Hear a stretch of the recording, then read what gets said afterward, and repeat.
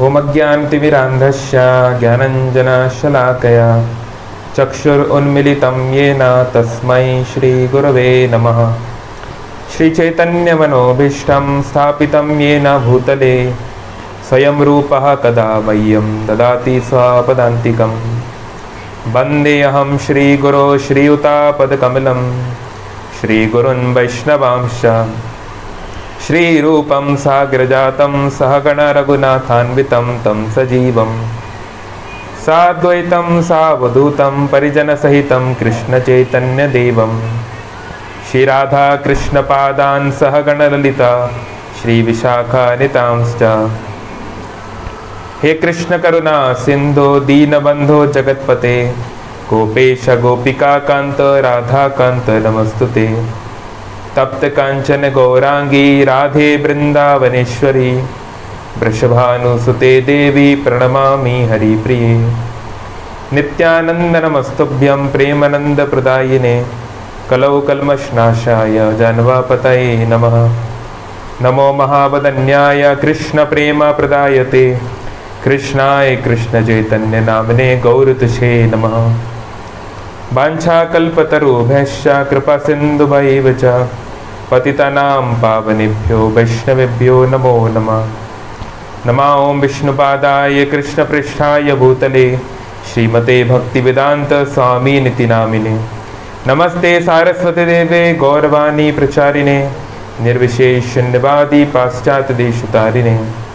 नीलाचल निवासाय नित्याय परमात्मने बलभद्र सुभद्राभ्यं जगन्नाथाय ते नमः। जय श्री कृष्ण चैतन्य प्रभु नित्यानंद श्री अद्वैत गदाधर श्रीवासादि गौर भक्तवृंद। हरे कृष्ण कृष्ण कृष्ण हरे हरे हरे राम राम राम हरे हरे।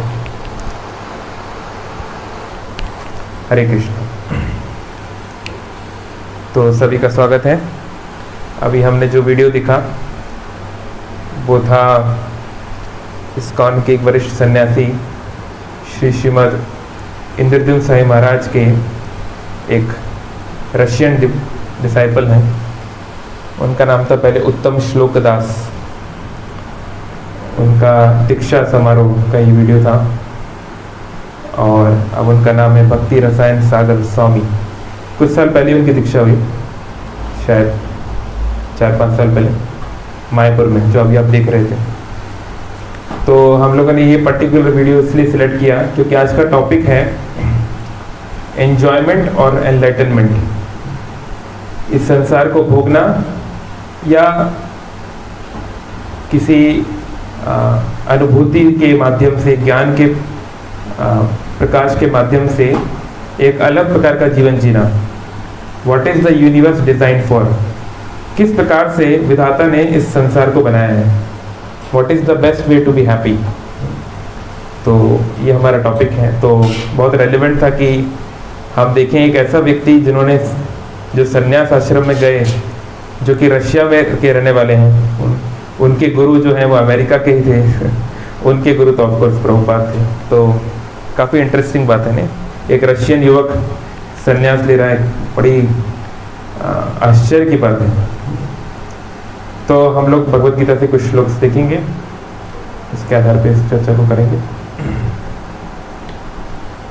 तो मैं स्क्रीन शेयर कर रहा हूँ। ये है भगवत गीता चैप्टर 2 वर्स 14। तो मेरे पीछे दोहरा सकते हैं इसको। मात्रा स्पर्शस्तु कौन्तेय शीतोष्ण सुख दुःखदः आगम अपायिनो अनित्यस् तम स्थितिक्षव भारत। तो इसके आधार पे आज हम चर्चा करेंगे। तो एन्जॉयमेंट तो सब लोग जानते ही हैं क्या है, उसको डिफाइन करने की ज़रूरत नहीं है ना। Eat drink and B Mary, खाओ पियो ऐश करो। तो हमारी 5 मुख्य इंद्रियां हैं जिनसे हम ज्ञान प्राप्त करते हैं। नॉलेज एक्वायरिंग सेंसेस या ज्ञान इंद्रियां। आप में से कौन कौन जानते हैं ज्ञान इंद्रियां कौन कौन सी हैं? कोई नहीं जानता? आप जानते हैं? आप नहीं जानते? कैसे आप कोई नॉलेज कैसे प्राप्त करते हैं? आई मीन आप इनपुट कैसे लेते हैं इंफॉर्मेशन? Eyes, yes. माउथ में कहाँ से? टंग, ओके, हाँ। और ऑनलाइन कोई बताना चाहे तो चैट बॉक्स को हम देखते रहेंगे। हाँ, 2 ज्ञान इंद्रिय में पता चल गई अभी तक, आईज और टंग और ईयर्स, ओके, 3। और how do you receive information?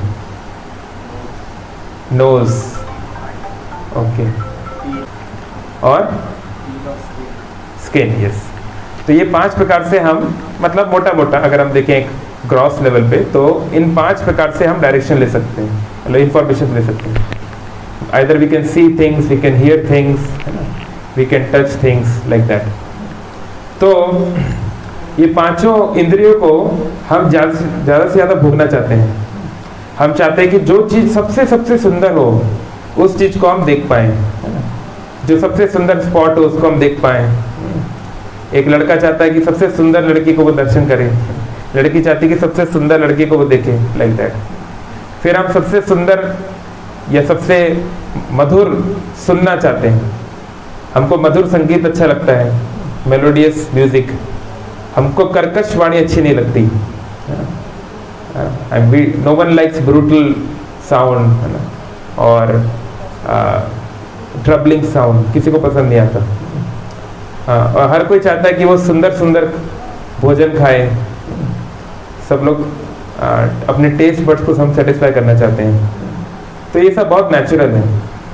तो सामान्य तौर पे हम लोग यही सोचते हैं कि जितना इतने अच्छे से हम इनको कर पाएंगे उतना हमारी लाइफ सक्सेसफुल है। This is our normal thought process.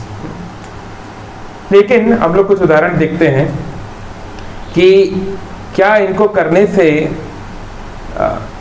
क्या हमको एक लॉन्ग लास्टिंग हैप्पीनेस मिल पाती है कि नहीं, इसके ऊपर अपन चर्चा करते हैं।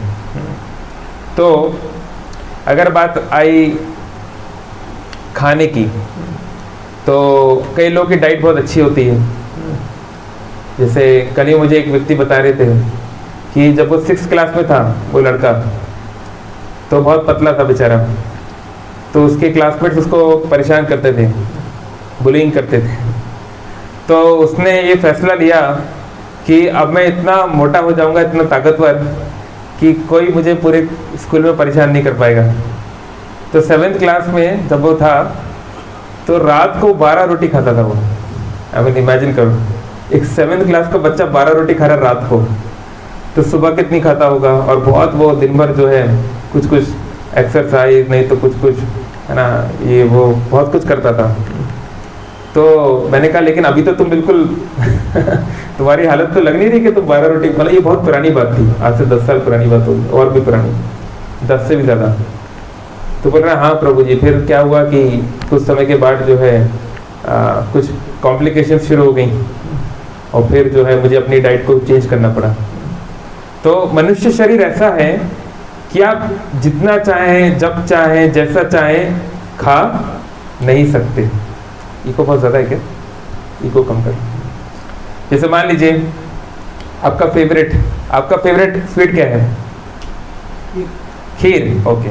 तो मान लीजिए आपको खीर बहुत अच्छी लगती है ना, तो हमारे दुनिया की सबसे अच्छी खीर पता है क्या मिलती है आपको? You know the best kheer in the world, यहाँ से बहुत पास है। हाँ, पुरी में तो है ही। और कोई? हाँ, क्षीरचोर गोपीनाथ रेमुणा में, it's consider the best kheer in the world. कभी अगर आप लोग ना गए हों तो बालेश्वर में रेमुणा में एक मंदिर है गोपीनाथ का, बहुत पुराना मंदिर। वहाँ की खीर का कोई पैरेलल नहीं है। ऑफ कोर्स जगन्नाथ प्रसाद तो हमेशा अनपैरेलल होता ही है, लेकिन फिर भी वो बहुत स्पेशल है। तो मान लीजिए आपको बहुत पसंद है खीर, तो सब लोग मान लीजिए 2 या 3 चम्मच खा रहे हैं, तो आपने सोचा कि नहीं मैं और खाना चाहता हूँ, और मान लीजिए है भी, तो आपने 5 चम्मच खाई, 6 चम्मच खाई, 8 चम्मच खाई, 10 चम्मच खाई, 12 खाई, 15 खाई, फिर क्या होगा? धीरे धीरे आपकी एबिलिटी कम होने लगेगी, है ना। और एक टाइम आएगा कि कोई आपको देना चाहेगा तो बोलेगा अरे क्या तुम मेरे दुश्मन हो क्या, पेट फाड़ दोगे क्या नहीं, तो वही जो आपको खीर पहले दे रहा था वो दोस्त था, अब दुश्मन हो गया। क्योंकि हमारे इसकी लिमिटेशन है, हम हाथी जितना नहीं खा सकते, 5 टन 6 टन खा रहा है और हाथी की भी लिमिटेशन है। ऐसा नहीं है कि भाई हाथी जो है पूरा जंगल ही साफ कर देगा, ऐसा नहीं होता। तो जहाँ तक बात है ईटिंग की, तो it gives pleasure no doubt, लेकिन फिर वो जो प्लेजर है उसमें बहुत सारे टर्म्स एंड कंडीशन है। अगर आप सात्विक भोजन नहीं खाते हैं, अगर आप बैलेंस नहीं खाते हैं, अगर आप ओवर ईटिंग करते हैं, है ना, तो अभी के ज़माने में क्या दिक्कत है, the world is not so much troubled by under eating but more by over eating, है ना। दुनिया में भोजन की कमी नहीं है, लोग इतना इतना खा लेते हैं, फिर कम करने के लिए जिम जाना है, और बेचारे कुछ देशों में, अफ्रीका वगैरह में कई जगह पर मिलता नहीं है सफिशिएंट। एनीवे, तो ईटिंग का प्लेजर है बट उसकी लिमिटेशन है, आप अपने हिसाब से नहीं कर सकते। ऐसे ही बाकी सेंसेस का भी है। सपोज तो सबसे बड़ा जो प्लेजर है इस संसार में ग्रॉस बॉडी का, यानी कि अगर हम देखें स्थूल शरीर का जो सबसे बड़ा आनंद है या सुख है, वो है sex life. It is the greatest pleasure. क्योंकि देखो कई व्यक्ति जो है खाना पीना कम कर सकते हैं पैसा कमाने के लिए, है ना। हमें से कई लोगों ने देखा है कि कई बार कुछ लोगों की जॉब्स ऐसी होती हैं या इस प्रकार का उनका बिजनेस है कि भाई सुबह से रात तक लगे रहना पड़ता है, बहुत मेहनत करनी पड़ती है, तो व्यक्ति करता है, कई बार खाने को नहीं मिलता तो भी करता है। क्यों? क्योंकि वो रात को जाके he wants to have sex, he wants to please his senses. Of course एक उम्र के बाद वो भी थोड़ा कम हो जाता है, जब बच्चे हो जाते हैं, थोड़ा मैच्योरिटी आ जाती है, तो फिर वो अलग बात है, फिर जाके चुपचाप सो जाता है वो थक के, लेकिन एटलीस्ट जवानी में तो ये रहता ही है ना। तो लेकिन उसकी भी लिमिटेशन है। ऐसा नहीं व्यक्ति जो है कितना भी वो सो कॉल्ड सेक्स लाइफ को एंजॉय कर सकता है ना। देखिए आजकल जैसे बहुत सारे जो डिजीजेज हैं, HIV है, बहुत सारे डिजीजेज इतने क्यों फैल गए, खासकर अफ्रीका और बहुत सारी जगहों पे, क्योंकि अनरिस्ट्रिक्टेड सेक्स इतना ज़्यादा है, वन नाइट स्टैंड्स और लिव इन रिलेशनशिप्स, है ना, तो कोई चेक नहीं है, कोई फिल्टर नहीं है। तो इस कारण से कई बार, और ऐसा भी नहीं है कि हर एक व्यक्ति का जो दूसरे व्यक्ति के साथ जो मिलन करते हैं वो उसके लिए ठीक है। अगर आप जानना चाहते हैं how to perform sex as per Vedas, उसको भी बहुत बड़ा एक सिद्धांत है, इसे बोलते हैं गर्भधान संस्कार, like how one should have sex, उसके ऊपर भी वेदिक स्क्रिप्चर्स में एक सेक्शन है। Anyway, that's not the topic for today. Of course वो केवल गृहस्थों के लिए है, शादीशुदा पति पत्नी को ही वो अलाउड है। तो वो कैसे अपने महिला के गर्भ में एक अच्छी आत्मा को न्योता दे सकते हैं, इनवाइट कर सकते हैं, उसके लिए एक प्रोसेस होती है, उसको बोलते हैं गर्भाधान संस्कार। तो जो आजकल दुनिया में 99% लोग नहीं करते इसलिए सभी प्रकार के तालिबानी टाइप के लोग दुनिया में टपक रहे हैं तो लेकिन सेक्स लाइफ की भी रिस्ट्रिक्शन है ना। जैसे देखिए जो पिजन होता है कबूतर, तो वो कबूतर बहुत अच्छा लगता है दिखने में, स्वीट, भोला भाला, नहीं, उसको पीस सिंबल भी माना जाता है। जब कोई बड़ा प्रोग्राम होता है तो बहुत सारे कबूतर छोड़े जाते हैं, नहीं, और बहुत सारे गाने भी लिखे जाते हैं, कबूतर जा जा जा और मेरा संदेश लेकर जा और ये वो। बट रियलिटी में I mean it's a fact कि पिजन जो होते हैं बहुत लस्टी प्राणी हैं। पिजन्स जाने जाते हैं हर एक घंटे में सेक्स करने के लिए, वो दिन में 15-20 बार सेक्स कर सकता है। लेकिन अगर मनुष्य करना जाएगा तो उसकी तो वाइटल एनर्जी का नाश हो जाएगा, 2 दिन में इतना थक जाएगा वो कि वो 1 महीने तक ऑफिस नहीं जा सकता। मनुष्य उसकी बराबरी नहीं कर पाएगा। इसी प्रकार से मंकी की इतनी पत्नियां होती हैं कि जिसका कोई काउंट नहीं है, इतने संबंध बना के रखता है, बहुत संबंध। तो मनुष्य जो है इस चीज में भी वो लिमिटेड है, he can not enjoy sex life also unlimited, उसकी भी रिस्ट्रिक्शंस है। इसलिए आप देखेंगे महाभारत में एक पूरा सेक्शन है इस पे। हुआ क्या था शॉर्ट में बता देता हूं मैं। पांडवों के पिता का नाम क्या है, कोई जानते हैं? पांडवों के पिता का नाम पांडु, यस, नेचुरली पांडु के पुत्र पांडव, तो पांडव, ये पांडु के और 2 भाई कौन थे? वो लोग 3 भाई थे। कौन कौन? धृतराष्ट्र, हाँ, और विदुर। ठीक है। तो जब इनका तीनों का जन्म हुआ तो धृतराष्ट्र जन्म से अंधे थे। क्यों अंधे थे, कोई जानता है? हाँ, बहुत अच्छा। तो एकदम शॉर्ट में अपन देख लेते हैं क्योंकि it's a very interesting anecdote. तो देखिए, ये चंद्रवंश में, भरत वंश में एक राजा थे शांतनु, है ना।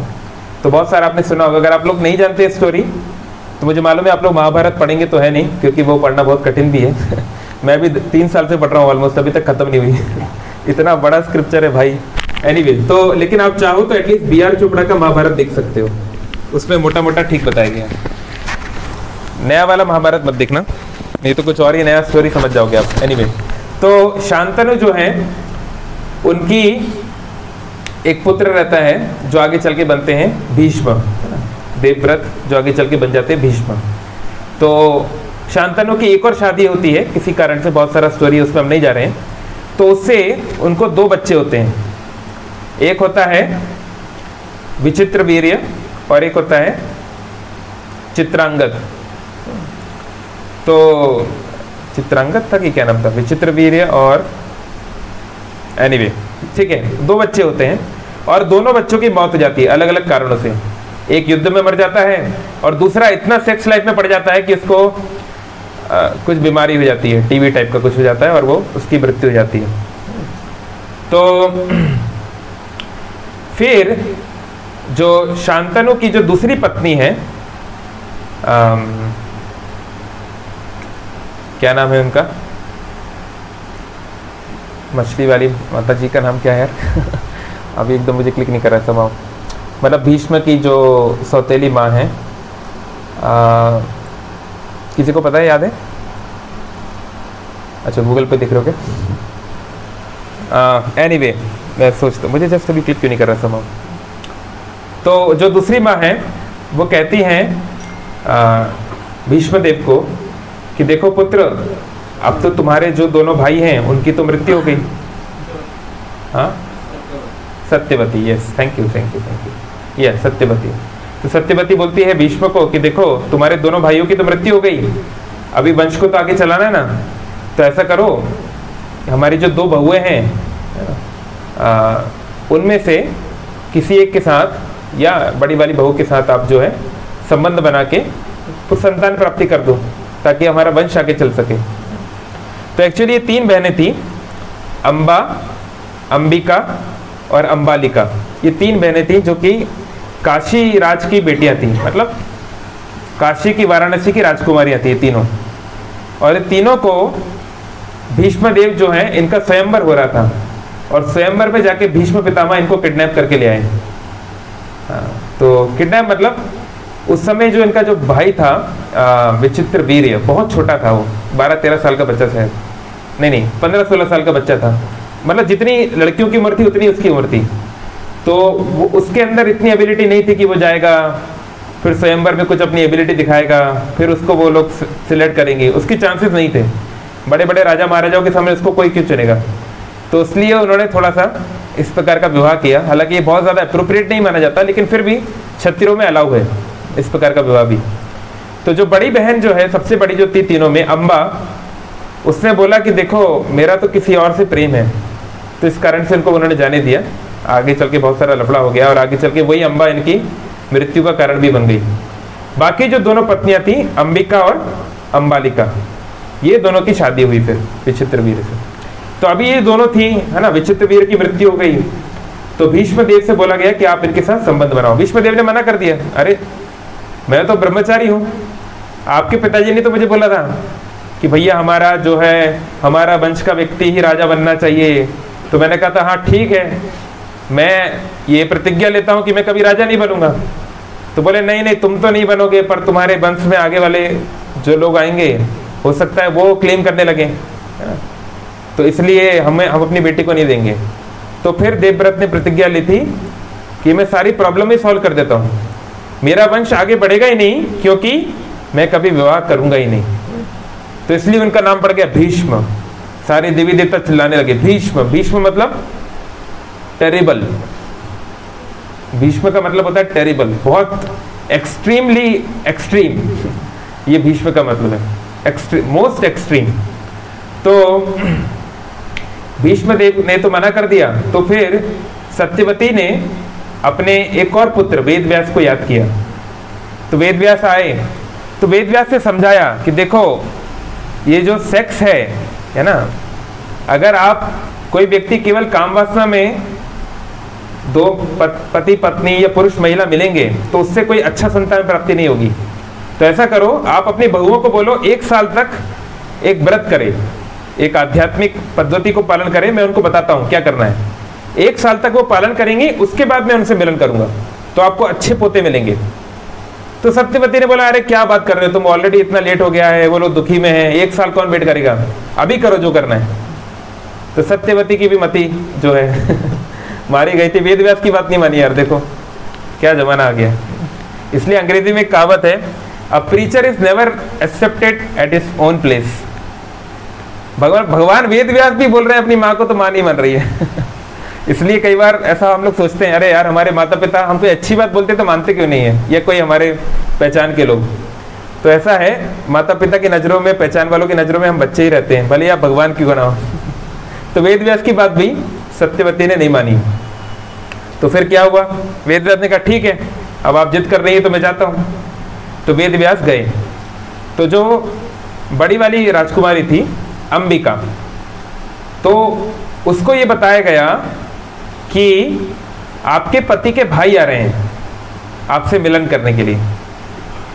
तो जीवन भर उसको ये लगा कि मेरे पति के तो एक ही भाई हैं, कौन कौन, कंफ्यूज हो गया क्या स्टोरी में, कौन है उनके पति का भाई, मतलब जो अभी जीवित है, जो मर गया वो तो मर गया, वो अलग कहानी है। कौन, भीष्म। हाँ, उनको लगा था कि पति का भाई तो भीष्म है, सगा भाई नहीं, मतलब वही एक ही बात है, कजन, दूर दूर के एक ही बात है, एक कजन भी नहीं, वो तो हाफ ब्रदर है। तो उनको लगा कि भीष्मदेव मुझसे संग करने के लिए आएंगे, और भीष्मदेव तो दिखने में अच्छे थे, स्मार्ट थे, लेकिन उनको नहीं पता था कि भैया यहाँ तो कोई और ही है तो वेदव्यास जो है वो जंगल में रहते थे, तपस्वी आदमी थे, पहले ही श्याम रंग के थे, ऊपर से बड़ी बड़ी जटा थी, कभी कंघी तो करते नहीं थे, बाल एकदम जो हैं वो मतलब कोयल की तरह घूमते थे, और एकदम आंखें तेज थी। हाँ, और शिव जी की तरह वो ऐश वगैरह लगाते थे, तो एकदम भयानक रूप था उनका। तो जब उन्होंने देखा वेदव्यास को कि इनके साथ मुझे संग करना पड़ेगा और कोई भी नहीं कमरे में, और अब मैं कुछ कर भी नहीं सकती, है ना, तो उन्होंने डर के मारे उनकी आंखें बंद हो गई, ऐसी लाल आंखों को देख के उनकी आंखें बंद हो गई। तो आंखें बंद हो गई, यानी वेदव्यास ने, तो वेदव्यास से कोई इंटरेस्ट नहीं था ये सब करने में, लेकिन अब ठीक है, माँ का आदेश है तो कर दिया। तो वेदव्यास के संग से तो उनका मिलन हुआ। उसके बाद वेदव्यास बाहर जाने लगे। तो सत्यवती बोली क्या हुआ, सब ठीक है ना? बोले सब ठीक है, लेकिन आपकी बहू ने आंखें बंद कर ली, तो इसलिए आपका जो पुत्र होगा, इसका जो पुत्र होगा वो अंधा होगा। तो सत्यवती, अरे ये क्या हो गया, नहीं नहीं नहीं नहीं, नहीं दोबारा फिर से करो। तो मैं इस बार अपनी छोटे बहू को बोलूंगी, तुम कल आना।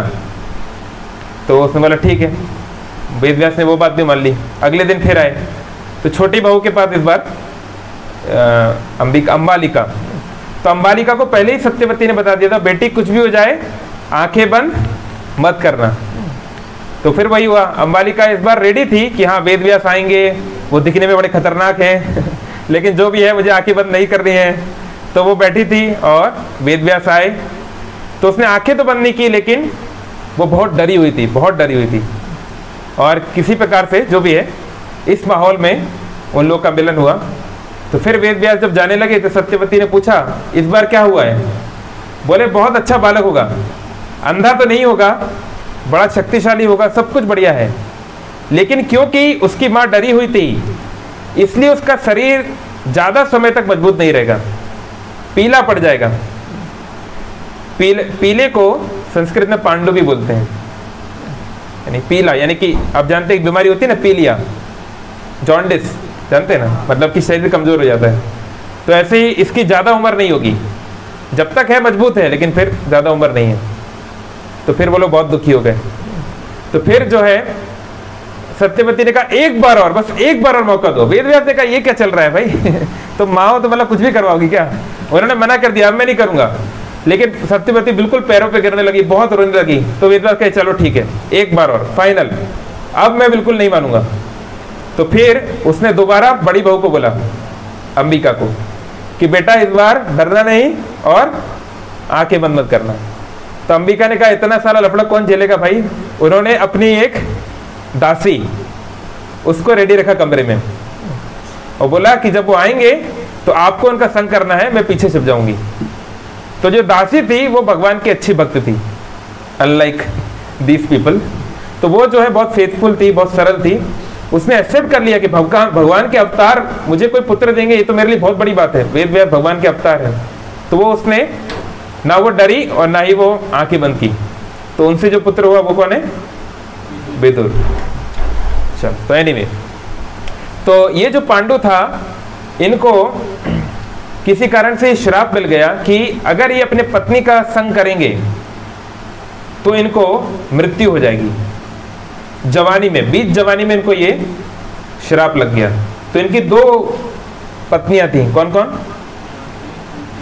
हाँ, कुंती और माद्री। माद्री मतलब जो मद्रास है ना, मद्रास का नाम है वैदिक कंटेक्स्ट में मद्र देश, है ना। और मद्र देश की जो राजकुमारी थी इसका नाम था माद्री, यानी वो साउथ इंडियन थी बेसिकली। तो ये कुंती और माद्री को छोड़ के पांडु जंगल में जाने लगे। तो वो पूछी कहाँ जा रहे हैं आप? बोले मुझे जंगल में जाना पड़ेगा। बोले क्यों? क्योंकि मुझे ऐसा ऐसा श्राप मिला है, अगर मैंने तुम में से किसी का भी संग कर दिया तो तुरंत मेरी मौत हो जाएगी। तो अगर मैं राजमहल में रहूंगा, इतनी सारी सुख सुविधाओं के बीच तुम लोगों के पास रहूंगा, तो कभी भी मेरा मन भटक सकता है। इसलिए भैया मुझे जाने दो है ना। जान जान जान रही तो बाकी चीज करेंगे, है ना। तो जान बची तो लाखों पाए। तो दोनों बोलने लगी कि आप ऐसे कैसे कह सकते हैं, हम आपके साथ चलेंगे और हम आपको ये वादा करती हैं कि हम कुछ भी हो जाए हम आपको अपनी तरफ आकर्षित नहीं करेंगे, हम आपको जो है आपके साथ मिलन नहीं करेंगी। तो पांडु ने हाँ बोल दिया। तो वो सब चले गए जंगल में। बद्रिकाश्रम के पास एक स्थान है जहाँ पे ये लोग गए थे, बद्रीनाथ के पास। तो वहाँ पे जाके जो है फिर आगे चल के इनको पता चला कि भैया कुंती के पास तो स्पेशल पावर है। मतलब पांडु को दुख रहता था कि यार मेरा कोई बच्चा नहीं हुआ, अब तो हमारा लाइफ भी ऐसे बर्बाद हो गया। तो कुंती ने बताया कि मेरे पास एक स्पेशल मंत्र है। तो उस मंत्र की सहायता से पहले 3 पांडु पुत्रों का जन्म हुआ। कौन कौन? युधिष्ठिर, भीम और अर्जुन। उसके बाद उन्होंने बोला कि यार देखो, तुम्हारी जो बहन है, यानी कि तुम्हारी सौतेली सौतन जो है, वो उसकी भी इच्छा है कि उसके भी बच्चे हों, और हम मिलन तो कर नहीं सकते, तो आप कृपया करके उसको भी ये मंत्र सिखा दीजिए। तो कुंती ने बोला ठीक है, एक बार मैं सिखाऊंगी, बस एक बार। तो वहां से हुए नकुल और सहदेव, ट्विंस, है ना, अश्विनी कुमार। तो ये सब होने के बाद अभी एक दिन बसंत के समय, बसंत ऋतु का समय था, तब जो है बहुत अच्छा एक माहौल था, बहुत सुंदर हवा बह रही थी, ये वो, और पूरा रोमांटिक माहौल था। और पांडु और माद्री अकेले थे, कुंती वहाँ आसपास नहीं थे, बच्चे आसपास नहीं थे। तो ये जो पांडु है अपने आप को कंट्रोल नहीं कर पाए और वो माद्री की तरफ बढ़ने लगी। तो माद्री समझ गई कि क्या हो रहा है, तो उन्होंने उनको रोकने का प्रयास किया, बहुत समझाने का प्रयास किया। तो वो पांडु, सोचो, जो बड़े बड़े देवी देवताओं से जो युद्ध लड़ सकते थे, जिनके बच्चे जो हैं बहुत बड़े, जो आगे चल के दुनिया के शासक बनेंगे, है ना, वो पांडु भी अपने इंद्रिय को कंट्रोल नहीं कर पाए। और फिर वो जबरदस्ती माद्री की तरफ बहुत तेजी से उसको गले लगाने लगे, उसको मिलन करने लगे। माद्री ने बहुत समझाया, वो चिल्लाने लगी कि नहीं ऐसा मत करो, ऐसा मत करो, आपको श्राप है, ये वो, पर वो सुन नहीं रहे थे। काम वासना इतनी तेज होती है कि फिर व्यक्ति पीछे नहीं मुड़ सकता। तो एनीवे, तो फिर पांडु ने मिलन किया माद्री के साथ, और जैसे ही किया उनकी तुरंत जो है सांस रुकने लगी और लगने लगा कि अब वो श्राप असर करने लगा है। तो फिर कुछ ही समय के बाद उनकी मृत्यु हो गई। तो माद्री जोर जोर से चिल्लाने लगी, जोर जोर से रोने लगी। तो फिर उनके विलाप कुछ देर के बाद कुंती ने सुना, वो आई, कुंती ने देखा क्या हुआ है। माद्री को बहुत गुस्सा हुई, बहुत गाली दी माद्री को कि तुम जो है अपने ही पति की हत्यारन बन गई, तुम्हें पता नहीं था कि क्या कंडीशंस हैं, क्यों तुमने ऐसा किया। माद्री ने समझाया कि मैं तो पूरा प्रयास कर रही थी। तो एनीवे, अब तो जो होना था हो गया। तो फिर जब पांडु को जलाया गया, वहाँ पे ऋषि मुनियों ने फिर पांडु के शरीर को जलाया गया, तो कुंती ने कहा कि अब मेरे जीवन का कोई अर्थ नहीं है, अब मुझे इनके साथ सती हो जाना चाहिए। सती मतलब होता है जब पत्नी खुद के पति के गम में स्वयं से अपने जीवन को समाप्त करना चाहती है, उनके साथ जाना चाहती हो, उसको सती बोलते हैं। ना कि जबरदस्ती, हाँ तुम्हारे पति मर गए अब तुम्हें भी मरना पड़ेगा, ये सती नहीं है, ये तो पागलपन है। तो सती मतलब होता है चेस्ट। तो एनीवे, तो कुंती महारानी जो है वो बोली कि मैं जाऊंगी। तो माद्री बोली नहीं नहीं नहीं, एक्चुअली पांडु हमारे जो पति हैं उनकी इच्छा थी मेरे साथ मिलन करने की, और वो इच्छा पूरी नहीं हुई, और उनका जो मृत्यु हुई है वो मेरे कारण हुई है। तो इसलिए मैं चाहती हूं कि मैं उनके साथ जाऊं और आप यहां रहो। तो कुंती महारानी और माद्री महारानी के बीच में कंपटीशन हो रहा है, क्या कि कौन मरेगा और कौन जिएगा। बल्कि आज के जमाने में उल्टा होता है कि कौन जिएगा, तो मैं जीऊंगा तुम मरो, और बोल रहे हैं नहीं नहीं मैं मरूंगी तुम जियो। तो एनीवे, तो फिर उन्होंने कन्विंस किया कुंती को, और कुंती को मानना पड़ा कि हाँ किसी एक को रहना जरूरी है, क्योंकि 5-5 बच्चे हैं। तो फिर कुंती महारानी रुकी और माद्री जो है वो अपना प्राण। तो कहने का मतलब है कि इसी प्रकार से सेक्सुअल लाइफ का भी प्लेजर है, लेकिन वो अनलिमिटेड प्लेजर नहीं है, और कई बार वो हमारी दुर्दशा का कारण बन जाता है। आजकल तो कितने ही केसेस आ रहे हैं नहीं कि कोई स्त्री है या कोई महिला है, वो किसी को अपने प्रलोभन में बांध लिया, तो फिर वो है वो उनकी संपत्ति हो, उनका जो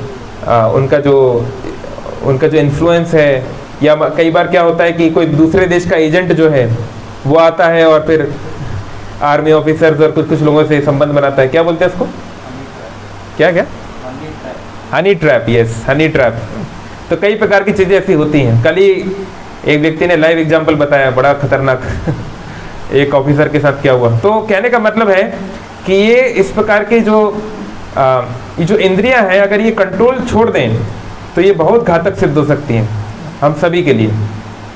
तो क्या किया जाए भाई, इसको तो हम छोड़ भी नहीं सकते, इस इंजॉयमेंट को हम छोड़ भी नहीं सकते, हमारा इतना ज़्यादा इच्छा है, तो क्या करें, व्हाट इज द पाथ। तो वैदिक स्क्रिप्चर्स जो हैं वो बहुत प्रैक्टिकल है, बहुत प्रैग्मेटिक है, वो कोई हवा में बात नहीं करती हैं। इसलिए वैदिक स्क्रिप्चर्स को समझना बहुत कठिन है। क्यों? क्योंकि वेदों में कोई एक मार्ग नहीं है कि हाँ सबको ऐसा ही करना है, सब लोग जो है हरी टोपी लगाएंगे, सब लोग जो है लाल तिलक ही लगाएंगे, ऐसा नहीं है। बहुत सारे अलग अलग स्तर के लोगों के लिए अलग अलग बातें शास्त्रों में बोली गई हैं।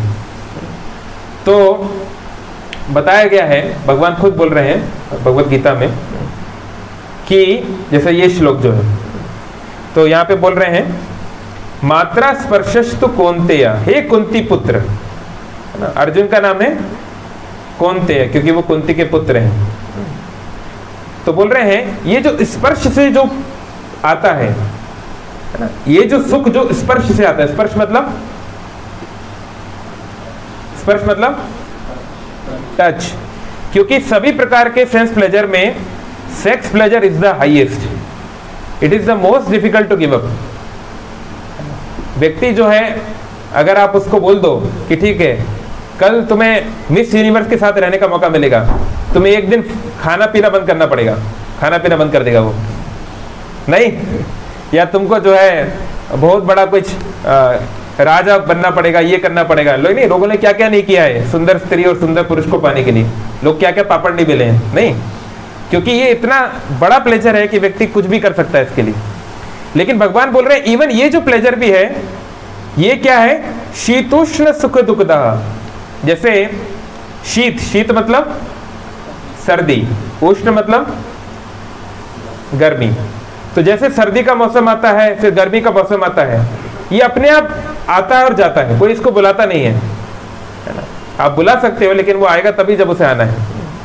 जैसे अभी बहुत बारिश गिर रही है, तो बचपन में हम लोग एक कहानी, एक कविता पढ़ते थे, नहीं, rain rain go to Spain, आप लोगों ने पढ़ा है? नहीं? सीबीएसई वाले कितने इधर? अरे फिर तो आपने पढ़ा होगा यार। एक छोटी बच्ची रहती है, वो गाती है, rain rain go to Spain come again another day, little Johnny wants to play. तो आप कितना भी न्योता दे सकते हो, लेकिन वो आएगा जब आना है, और उनको जब जाना है तभी जाएंगे। तो इसी प्रकार से भगवान बोल रहे हैं, आगम अपायनो अनित्यस, ये जो सुख है ये आता है लेकिन फिर चला भी जाता है, ये नित्य नहीं है। तम स्थिति क्षभ भारत, इसलिए हे भरत पुत्र, इसको कंट्रोल करना सीखो, इसको कंट्रोल करना सीखो। मैं बहुत अच्छा आपको लाइव एग्जांपल बता रहा हूँ, क्योंकि मैंने अपनी आंखों से देखा है, और ये मेरे लिए एक जीवन में बहुत बड़ा सबक रहा है। और ये उस टाइम का था जब व्यक्ति जनरली सोचता है कि उसे क्या करना चाहिए, विवाह करना चाहिए कि नहीं। मैं जिस कंपनी में काम करता था, म्यू सिग्मा, उसके फाउंडर, मैं नाम नहीं लूंगा, आप बाद में गूगल पे सर्च कर सकते हैं, उन्होंने ये म्यू सिग्मा कॉर्पोरेशन बनाया, इंडिया की first data science company, 3000 crore की कंपनी है, बहुत बड़ी कंपनी है। और उनकी एक पत्नी थी, दोनों साउथ इंडियन सॉफ्टवेयर इंजीनियर्स थे, IBM में थे पहले, और दोनों का अरेंज मैरिज हुआ था। और उनकी जो पत्नी थी वो कंपनी को चलाती थी, बेसिकली वो मैनेज करती थी डे टू डे ऑपरेशंस। और ये जो थे उनके हस्बैंड, जो कंपनी के फाउंडर थे, वो और नए बिजनेस को लाते थे, कुछ इनोवेटिव आइडियाज लाते थे, लाइक दैट। यानी कि क्रिएशन वो करते थे और मेंटेनेंस उनकी पत्नी करती थी। बेसिकली हम सब उनकी पत्नी को अल्टीमेटली रिपोर्ट करते थे। और उनका एक बेटा था, लेकिन भाईजान जो है दुनिया भर में इन्होंने झंडे तो गाड़ दिए, लेकिन अपने इंद्रियों पे कंट्रोल नहीं कर पाए। तो क्या हुआ, कंपनी में ही उनकी जो सेक्रेटरी थी, एक यंग लड़की थी, उसके साथ उनका संबंध हो गया, उसके साथ कुछ गहरा संबंध उनका बन गया, और किसी तरह बात जो है फैल गई, मतलब पता चल गई, उनकी पत्नी को भी पता चल गई। तो बहुत बड़ा लफड़ाबाजी हुई, बहुत सारा पेपरों में आता था, न्यूज़ चैनलों में आता था, फिर कोर्ट केस हुआ, फिर अल्टीमेटली जो उनके जितने शेयर थे उसमें से आधे उनको पत्नी को देने पड़े, तलाक हुआ। और एक ही लड़का था, और लड़के के प्रति इनकी बहुत आसक्ति थी, अपना बच्चा उनको बहुत बहुत प्रिय था, लेकिन कोर्ट ने बोला कि बच्चा तो माँ के साथ रहेगा, बच्चा भी अलग हो गया। तो फिर मतलब बहुत तंदुरुस्त व्यक्ति थे वो, कम से कम 100 किलो वजन था, 90-100 किलो। लेकिन जब वापस आए, 3-4 महीने तो वो आए नहीं, 3 महीने आए नहीं ऑफिस, लेकिन जब वो वापस आए तो उनका वजन कम से कम 20-25 किलो कम हो गया था, एकदम सुकड़ गए थे, काला चश्मा पहने हुए थे। जब वो वापस आए तो मैं नीचे ही खड़ा था, मैं जस्ट यकीन ही नहीं हुआ कि सर आए हैं। और बिल्कुल मतलब देख रहे, जैसे आप देखते ना फिल्मों में, कोई पिटा दीवाना व्यक्ति, मतलब जिसका सब लुट गया है, कहीं का नहीं रहा व्यक्ति, ऐसा उनकी हालत ऐसी लग रही थी। एनीवे, आके लेकिन उन्होंने लेक्चर यही दिया, how to be successful in life, how to be happy, ये वो, लेकिन वो तो बातें तो ऐसी करेंगे। तो कहने का मतलब है कि बनी बनाई व्यक्ति की संपत्ति बिगाड़ सकता है, ये इतना खतरनाक है ये सेंस प्लेजर, है ना। अगर हम हिस्ट्री की बात करें तो सारे रोमन एम्पायर, जनरली जब हम बात करते हैं रोमन किंग्स की तो अलेक्जेंडर की बहुत बात होती है, लेकिन अगर हम जनरल्स की बात करें तो सबसे पावरफुल था कौन?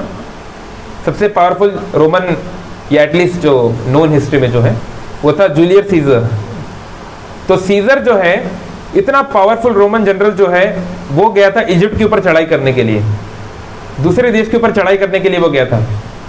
पर वहाँ की जो राजकुमारी थी क्लियोपेट्रा, बहुत सुंदर लड़की थी वो, बहुत ही सुंदर। तो वो इतनी सुंदर थी कि उसने उसको अपनी सुंदरता से मोहित कर लिया, उसको मोहित कर लिया। आगे चल के दूसरा जनरल बना एंटनी, वो भी जब लड़ाई करने आया उसको भी मोहित कर लिया, और उसको इतना मोहित कर दिया, आगे चल के जब रोमन सेना आक्रमण की कि भाई ये तो आक्रमण कर नहीं रहा है, तो दूसरी सेना भेजी गई, तो भाई ये अपने ही देश के खिलाफ लड़ाई किया, अपनी पत्नी के लिए या अपनी जो भी है प्रेमिका के देश की रक्षा करने के लिए। मतलब व्यक्ति अपने देश के खिलाफ हो गया, क्योंकि इतनी सुंदरता से वो मोहित हो गया था। तो ये इतना पावरफुल है, ये इतनी पावरफुल अर्ज है, इसलिए हर जगह पे बार बार इसको बताया गया है कि इसको वश करना बहुत बहुत बहुत बहुत कठिन है, लेकिन इसको वश में करना आवश्यक भी है। अगर हम नहीं करेंगे तो हो सकता है फिजिकली हम किसी तरह अपने आप को कंट्रोल कर लिए थोड़ा बहुत किसी तरीके से, क्योंकि कानून है, लॉ एंड ऑर्डर है, लोग क्या कहेंगे, इज्जत है, ये वो बहुत कुछ है ना। लेकिन मन में अगर इन विचारों को आपने कंट्रोल नहीं कर पा रहे हैं, बहुत ज़्यादा अगर आपको परेशान कर रहे हैं, तो आप कभी चैन से रह नहीं पाओगे। हमेशा इधर उधर नैन मटक्का लगता ही रहेगा, हमेशा परेशान रहोगे, अरे ये मिल जाती तो अच्छा था, है ना, वो टीवी स्क्रीन वाली हीरोइन कितनी अच्छी है, ये अच्छा है, वो अच्छा है। तो व्यक्ति मतलब जीवन भर उसका कभी वो चैन से रह नहीं सकता। तो यानी उसका मन जो है वो कभी बड़े चीज़ों में, खासकर आध्यात्मिक चीज़ों में लगना बहुत कठिन है, इसलिए उसको कंट्रोल करना बेहद महत्वपूर्ण है। तो इसके बारे में एक और श्लोक भी है, भगवान बोल रहे हैं, हाँ ये श्लोक भी, इसको आप दोहरा सकते हैं। ये ही संस्पर्शा जा भोगा दुख योनय एवते आदि अंतवंत को कौन्तेय ना तेषु रमते बुधा। तो बोलते हैं ना तेषु रमते बुधा, बुधा मतलब बुद्धिमान, जैसे भगवान बुद्ध। तो कई बार लोग इतने मूर्ख होते हैं, बोलते हैं बुद्ध मतलब बुद्धू। कई लोग ऐसा स्टोरी बना दिए कि भगवान बुद्ध जो थे बचपन में बहुत बेवकूफ थे, तो उनको सब बुद्धू बुद्धू बोलते थे, फिर उनको एक दिन ज्ञान बन गया, तो वो ज्ञान मिल गया तो वो बुद्ध बन गए। मतलब ऐसा ऐसा स्टोरी लोग बनाते हैं। बुद्ध मतलब जो बहुत बुद्धिमान है, जिसकी बौद्धिक विकास हो चुका है।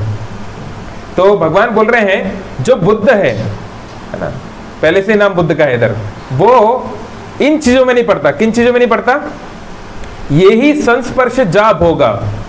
भोग, भोग मतलब जैसे भगवान को हम जो फूड ऑफर करते हैं इसको बोलते हैं भोग। क्यों बोलते हैं भोग? भोग क्यों बोलते हैं, कुछ और क्यों नहीं बोलते?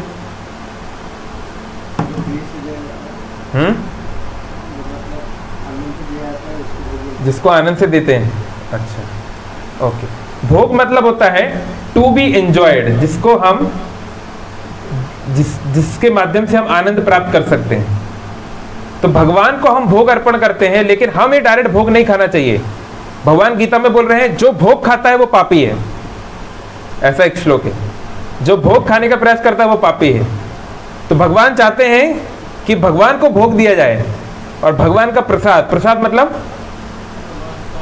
मतलब होता है झूठा, रेमिनेंट्स, कृपा। भगवान की कृपा को हम प्राप्त करें, झूठा हम खाएं। तो ऐसा क्यों बोल रहे हैं यार भगवान? मतलब आप जो है बढ़िया फ्रेश भोजन खाओ और हम आपका झूठा खाएं, वाह भाई वाह, ये तो बढ़िया है। तो ऐसा क्यों बोल रहे हैं भगवान? ये तो एरोगेंस नहीं है भगवान का।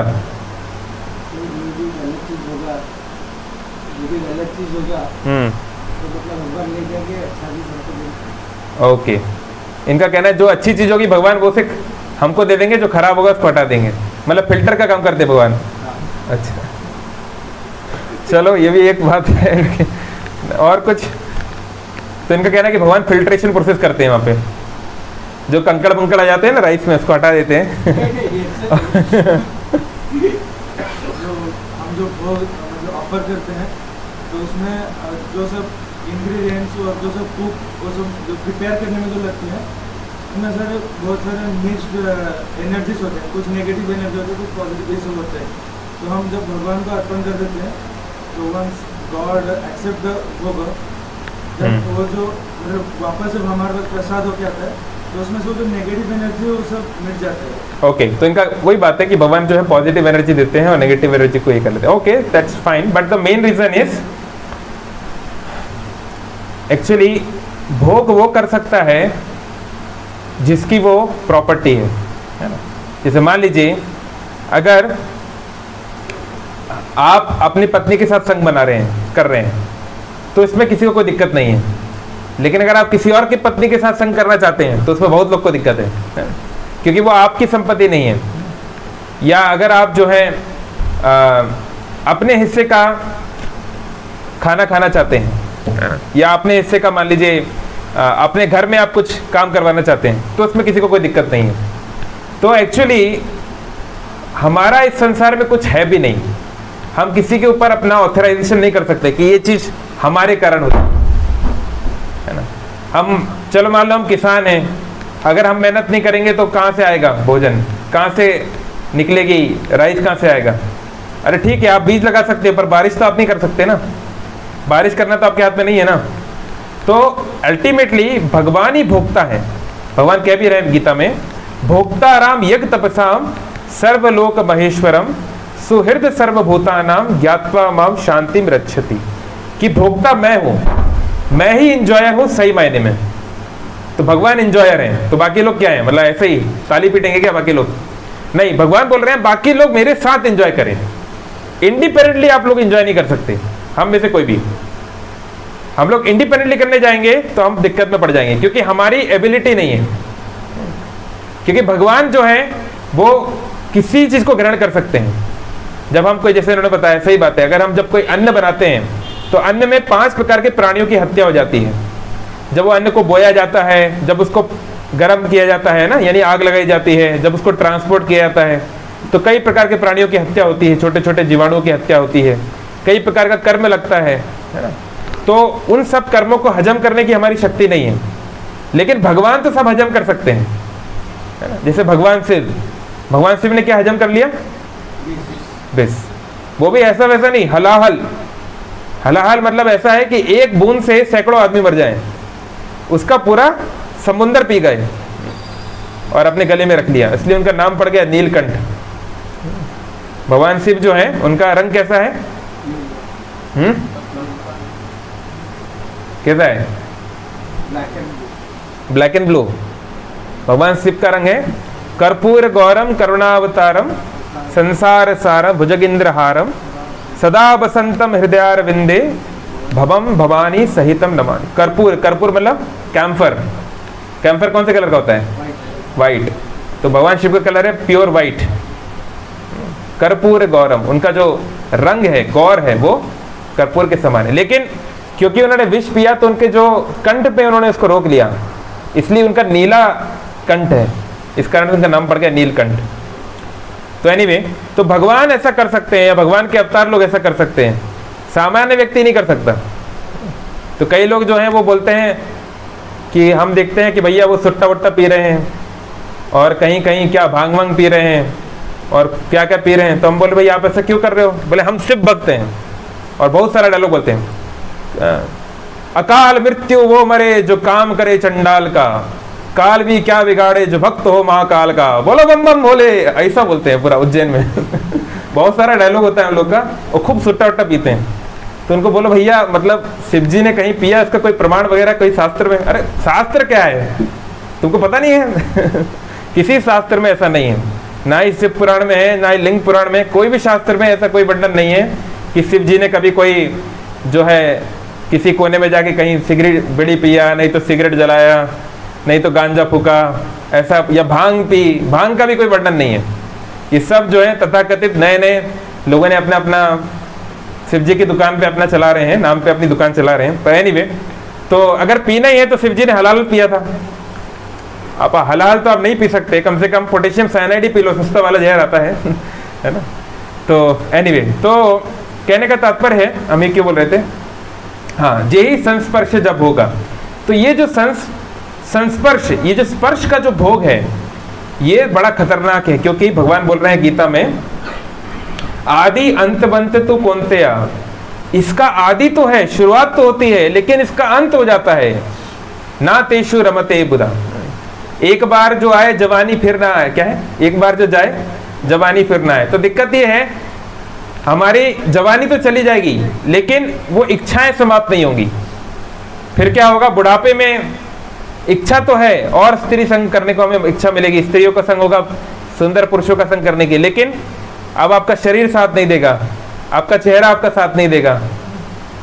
तो जब व्यक्ति क्या होता है, जब वो डेस्परेट हो जाता है ना, तो ये जो डेस्परेशन है ये फ्रस्ट्रेशन में कन्वर्ट हो जाती है, और फ्रस्ट्रेशन जो है वो मिजरी में कन्वर्ट हो जाती है, और मिजरी जो है वो सफरिंग में कन्वर्ट हो जाती है।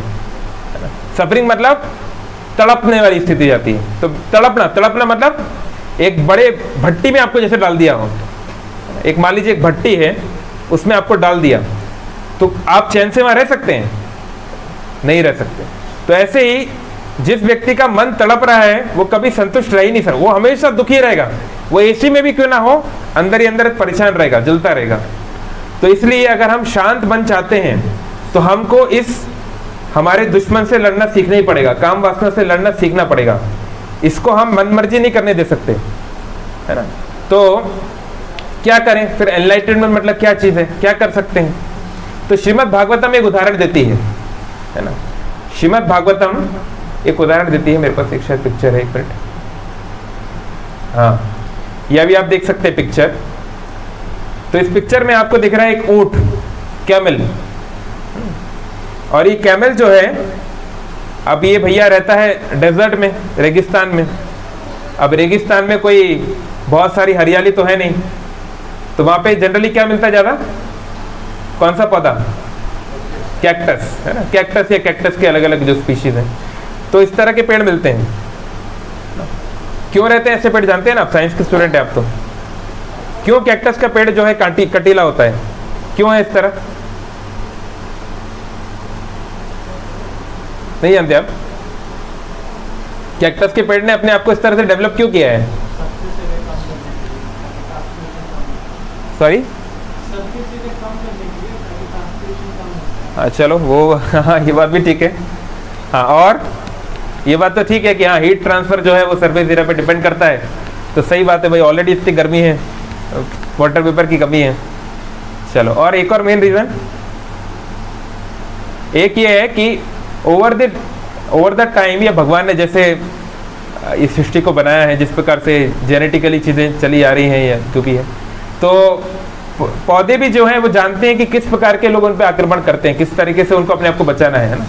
तो कटीला रहेगा तो it is difficult to eat it, नहीं। अगर मान लीजिए चारों तरफ कटीला है, उसके अंदर कुछ है, फल है या कुछ भी है, तो it's more difficult to take it. तो एनीवे, तो ये जो कैक्टस है, इसको कई बार ये ऊंट जो है, क्योंकि कुछ मिलता नहीं खाने के लिए, तो ये कैक्टस को, यानी कि ये कांटों को ही वो खाने लगता है धीरे धीरे।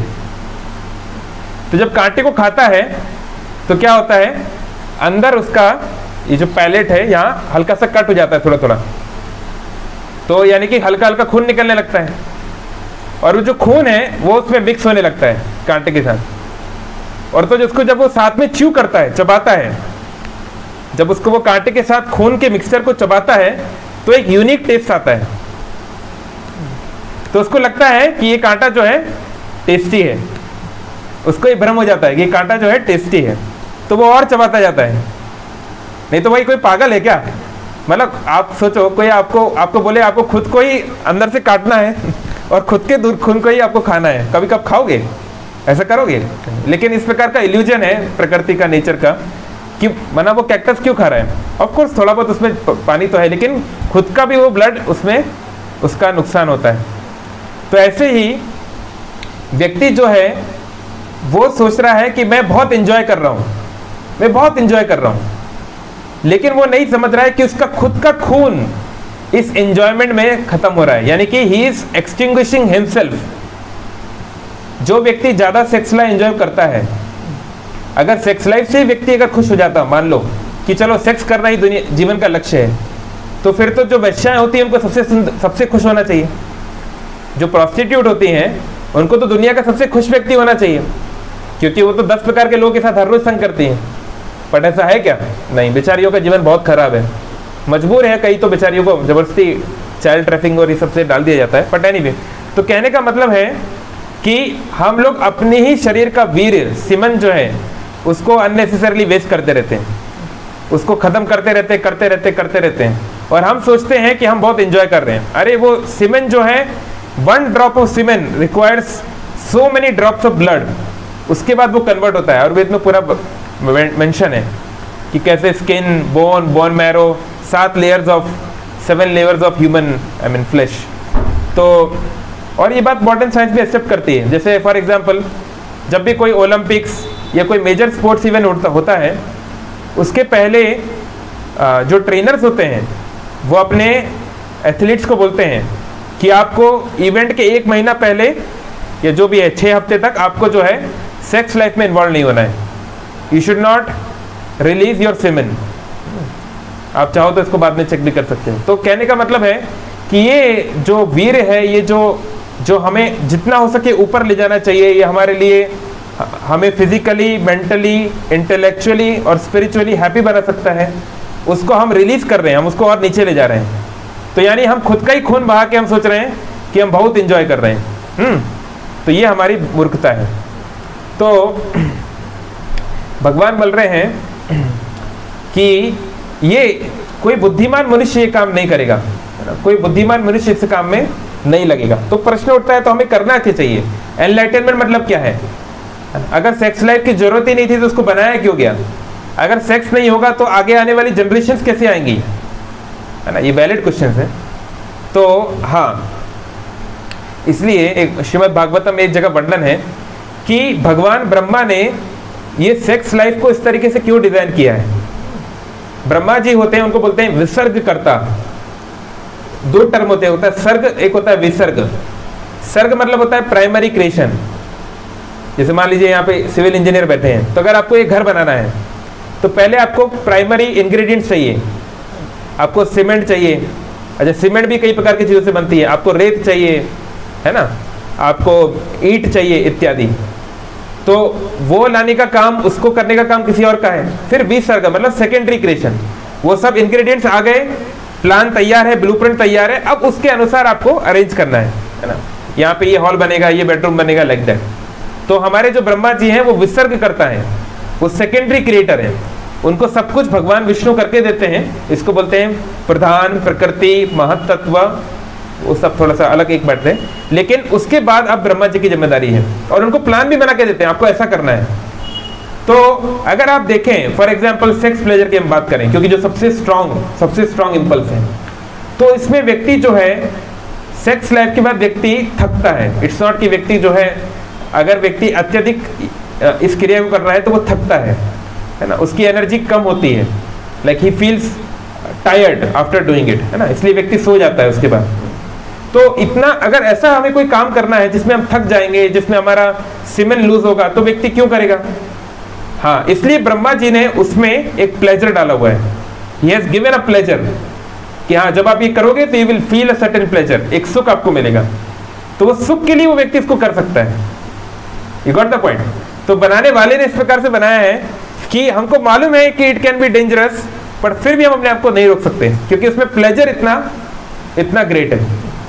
तो भगवान बोल रहे हैं कि वी शुड रेगुलेट इट। भगवान बोल रहे हैं युक्त आहार विहारस्य, युक्त चेष्टस्य कर्मसु, युक्त स्वप्नाबोधस्य योगो भवति दुःखः। और बोल रहे हैं धर्म अवरुद्ध भूतेषु कामो अस्मि। तो ये जो काम वासना है, इसको धर्म के अनुसार आप अप्लाई कर सकते हैं, मतलब इसको रेगुलेट करना चाहिए, यानी उसमें फिल्टर, स्टार कंडीशन लगानी चाहिए।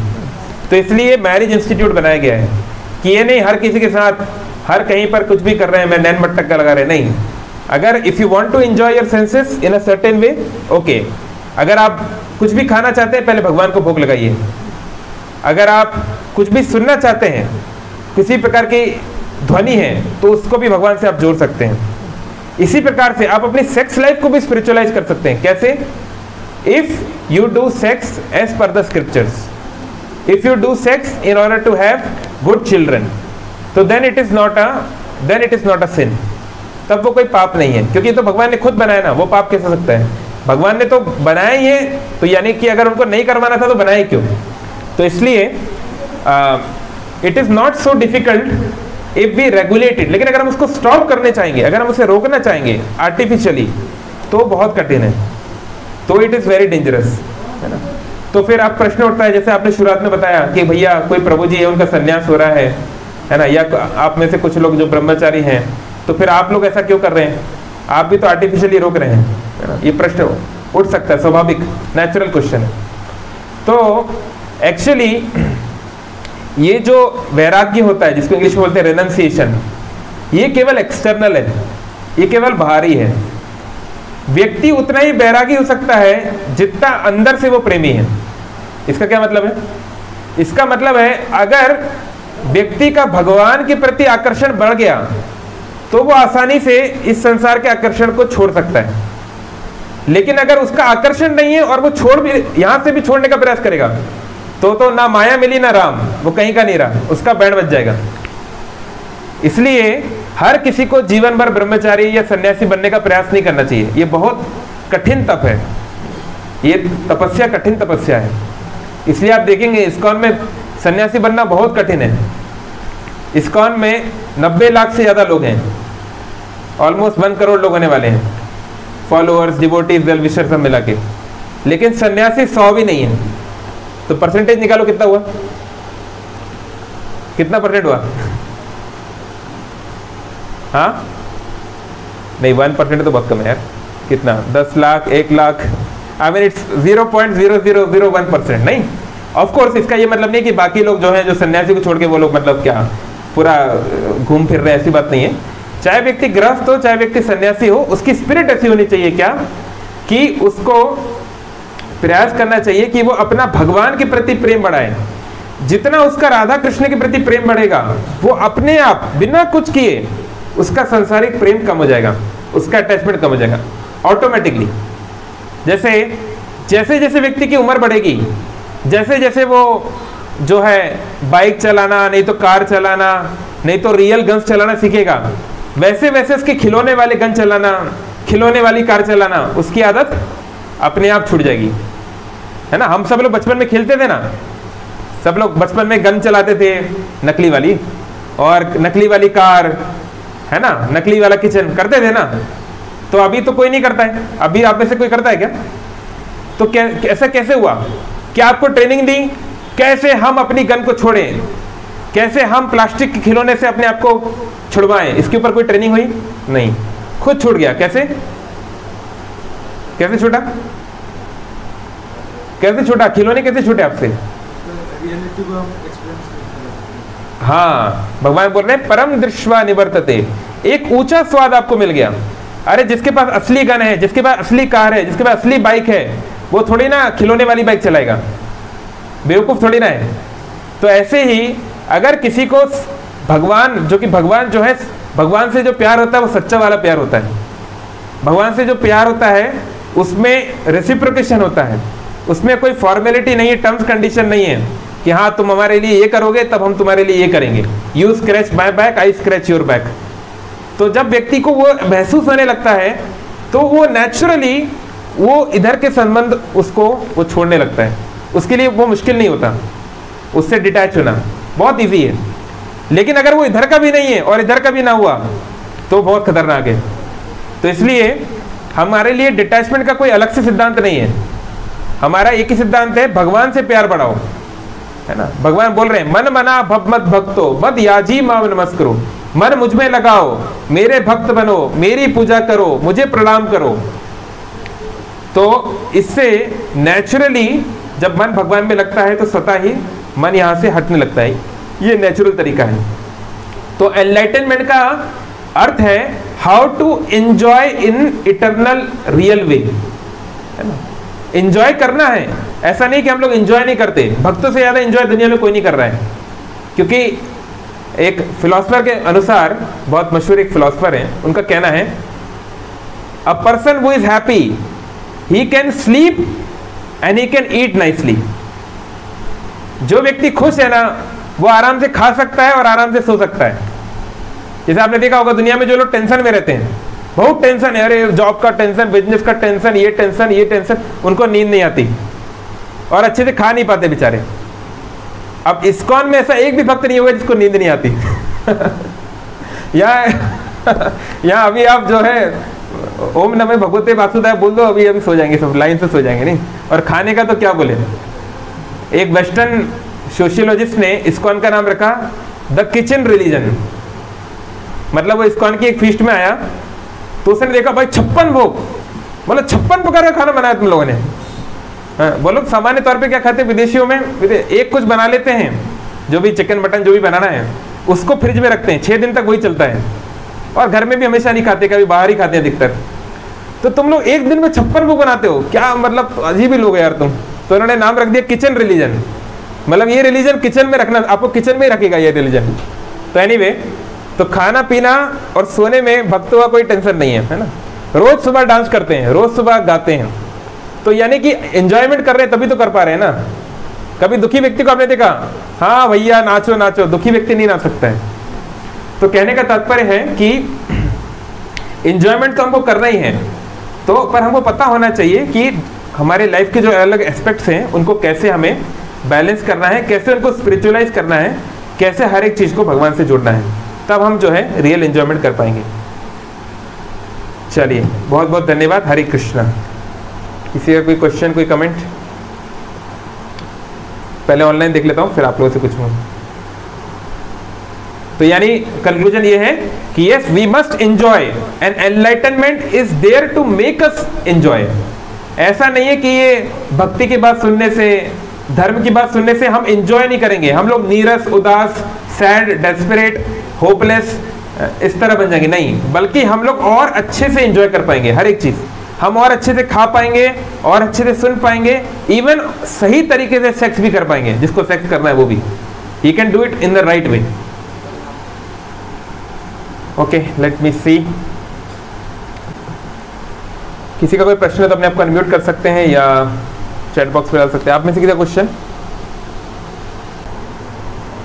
ओके,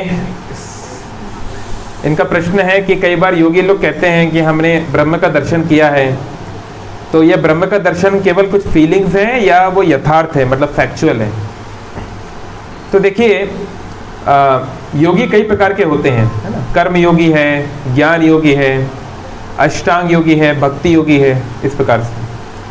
तो जो ब्रह्म का अनुसंधान करते हैं उनको ज्ञान योगी बोलते हैं, यानी कि जो ब्रह्म में विलीन होना चाहते हैं, जो ये सोचते हैं कि जो परम सत्य है वो निराकार है, उसका कोई रूप नहीं है, उसका कोई खास गुण नहीं है इत्यादि, तो उनको ज्ञान योगी कहते हैं।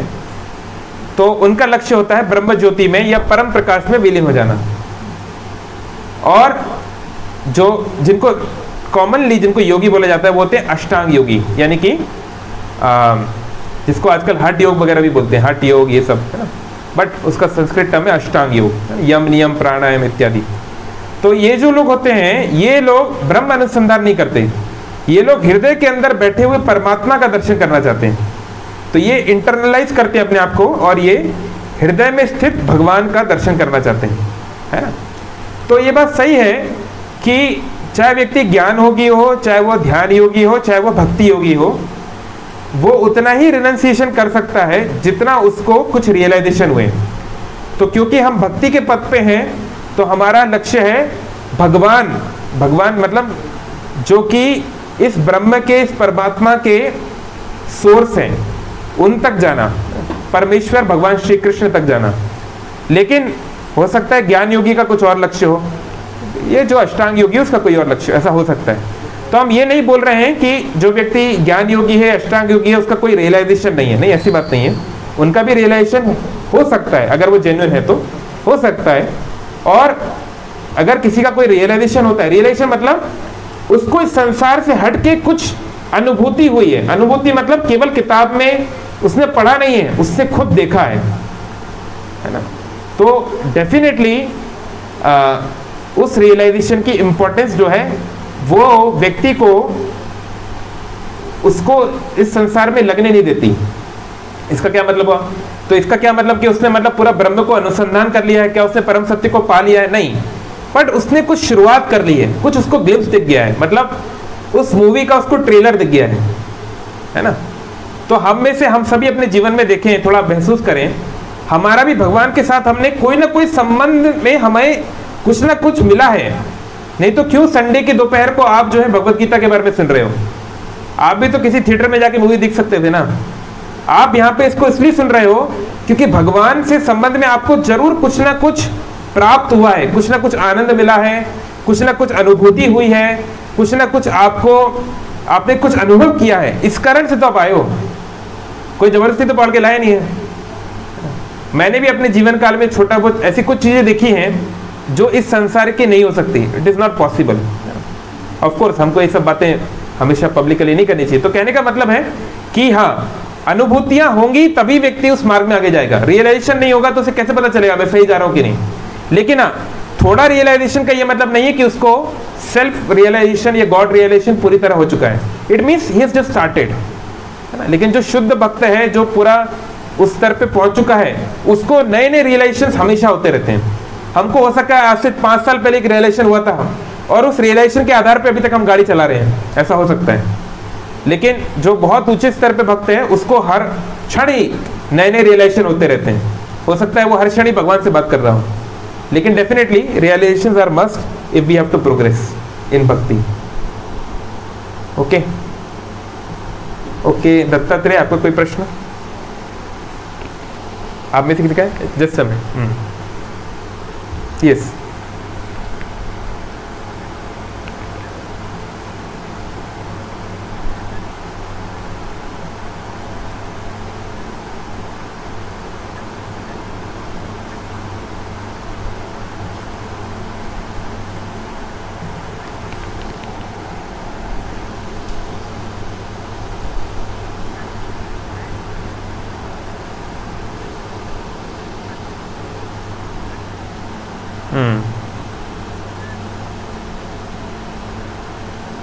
यस यस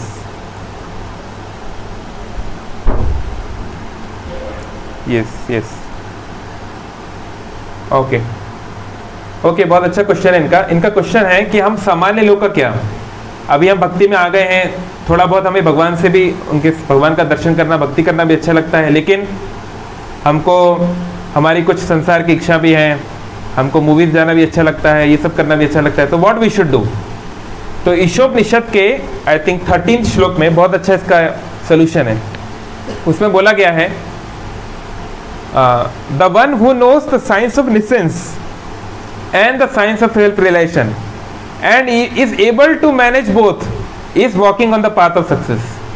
मतलब जो इस संसार की विद्या को भी जानता है और जो आध्यात्मिक विद्या को भी जानता है और जानता है कब किसको प्रयोग करना है, वो सफलता पाएगा जीवन में। तो इसका क्या मतलब है? इसका ये मतलब है कि हाँ, अगर हमारी कोई इच्छाएं हैं तो इसमें कोई परेशान होने की बात नहीं है। We have to give them a scope also. इसलिए भगवान बोल भी रहे ना, युक्त आहार विहारस्य, यानी कि भगवान बोल रहे हैं विहार। विहार मतलब क्या होता है पता है? विहार मतलब घूमना फिरना। तो भगवान ये नहीं बोल रहे दिन भर मंदिर में बैठे रहो, वो कर सकता है जो एक स्तर पे आ चुका है, सब लोग नहीं कर पाएंगे। तो बाकी लोग क्या करें? बाकी लोग करो, अपना काम करो, घूमने फिरो जाओ, है ना, पति पत्नी हो साथ में घूमो, टाइम स्पेंड करो, आपको कुछ करना है करो, कोई दिक्कत नहीं। क्योंकि जैसे मैंने बोला, वेदिक स्क्रिप्चर्स बहुत ब्रॉड हैं, हर व्यक्ति एक स्तर पे नहीं आ पाएगा। हर व्यक्ति पीएचडी की क्लास में बैठ सकता है क्या?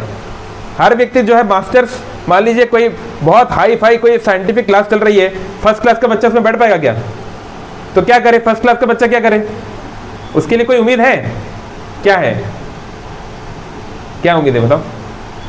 उसके लिए उम्मीद है कि वो फर्स्ट स्टैंडर्ड की क्लास में जाए, जहाँ पे ABCD सिखाई जा रही है, वहाँ जाए, ABCD सीखे, फिर 10 साल बाद कुछ और सीखे, फिर 20 साल के बाद यहाँ पे आए, फिर यहाँ पे सीख सकता है वो। तो ऐसे ही अगर हमारी इच्छाएं हैं तो कोई दिक्कत नहीं। हमारी किसी भी प्रकार की इच्छा, जब तक कि वो एकदम धर्म के विरुद्ध ना हो। अब मान लो किसी की इच्छा है मैं दूसरे की हत्या करना चाहता हूँ, तो भैया फिर तो चेंज करना पड़ेगा। अब मान लो आपकी इच्छा ही ऐसी है कि बिल्कुल धर्म के विरुद्ध है, 36 का आंकड़ा है कि आप जो है मतलब आपको कुछ और ही बनना है, तो फिर तो something has to be done. लेकिन जब तक आपकी इच्छा थोड़ा सा इस संसार को एंजॉय करने की, कोई बात नहीं, you can enjoy, but enjoy as per dharma. अगर लड़की घुमानी है तो लड़की को घुमाओ, पर शादी करने के बाद घुमाओ। इसका ये मतलब है। अगर तुम्हें बच्चे चाहिए, ठीक है, बच्चे इस तरीके से लो। अगर तुम्हें पिज्जा खाना है, भगवान को भूख लगा के खा लो, क्या दिक्कत है ना? तो सभी प्रकार के, यहाँ तक कि जो लोग नॉनवेज भी खाते हैं, मान लीजिए जो व्यक्ति नॉनवेज खाता है, उसके लिए क्या उम्मीद है? तो ठीक है, तुम नॉनवेज खाते हो, कोई बात नहीं। जो अमावस्या का दिन है, अमावस्या जानते हैं ना, new moon, no moon day, जब कोई चंद्रमा नहीं होता, उस दिन जाओ काली माता के मंदिर में जाओ, वहाँ पे बलि चढ़ाओ, और फिर उसको तुम जो है ले सकते हो। उसके लिए भी स्कोप रखा गया है, क्योंकि अगर आप उसके लिए स्कोप नहीं रखोगे तो वो तो वैसे भी खाएगा ही। अभी तो नवदुर्गा छोड़ के ऐसे लोग पूरा साल भर खाते ही वैसे भी, है ना। तो अगर आपको नॉनवेज भी खाना है तो उसका भी एक रेगुलेशन है। तो हाँ, लेकिन जो व्यक्ति नॉनवेज खा रहा है या व्यक्ति ऐसे कर रहा है, उसका प्रोग्रेस उस स्पीड में नहीं हो पाएगा जो रूल्स रेगुलेशंस को अच्छे से फॉलो कर रहे हैं। जो राजधानी में जा रहा है और जो पैसेंजर में जा रहा है, बैलगाड़ी में जा रहा है, दोनों एक जल्दी एक साथ नहीं पहुंचेंगे, तो दोनों को समय अलग अलग लगेगा, लेकिन ठीक है, कम से कम जाते जाओ, आगे बढ़ो। मार्टिन लूथर किंग ने बोला है ना, if you can't fly then run, if you can't run then walk, if you can't walk then crawl, but keep moving towards the right direction. तो उड़ सकते हो तो उड़ जाओ, उड़ नहीं सकते तो भागो, भाग नहीं सकते तो चलो, चल नहीं सकते तो रेंगो, पर सही दिशा में चलते रहो। धर्म का पथ मत छोड़ो, भगवान के बताए हुए मार्ग को मत छोड़ो। जो कुछ भी इच्छा है ना, आप बाद में पर्सनली लोग पूछ सकते हैं क्या सही तरीके से हमें करना चाहिए, लेकिन हमें चिंता ना करें, वेदिक स्क्रिप्चर बहुत ब्रॉड है, हमारी कोई भी इच्छा को वो अकोमोडेट कर लेगा, तो उसमें कोई गलत नहीं है। धीरे धीरे भक्ति करते जाओ, थोड़ा ये भी करते जाओ, वो भी करते जाओ, ये भी करते जाओ, धीरे धीरे भगवान की भक्ति उसको धीरे धीरे हटाने लगेगी, मतलब डोमिनेट करने लगेगी। मान लीजिए घर में जो एक कुत्ता भी एक बिल्ली भी है, वो कुत्ता एकदम भयानक है, मतलब क्या बुलडॉग, और बिल्ली जो है वो एकदम छोटी सी म्याऊं म्याऊं वाली। तो अभी कुत्ता नया नया आया है तो बिल्ली के साथ उसको एकोमोडेट करना पड़ रहा है, लेकिन समय के साथ वो डोमिनेट करने लगेगा, नहीं बेचारी बिल्ली फिर साइड में हो जाएगी।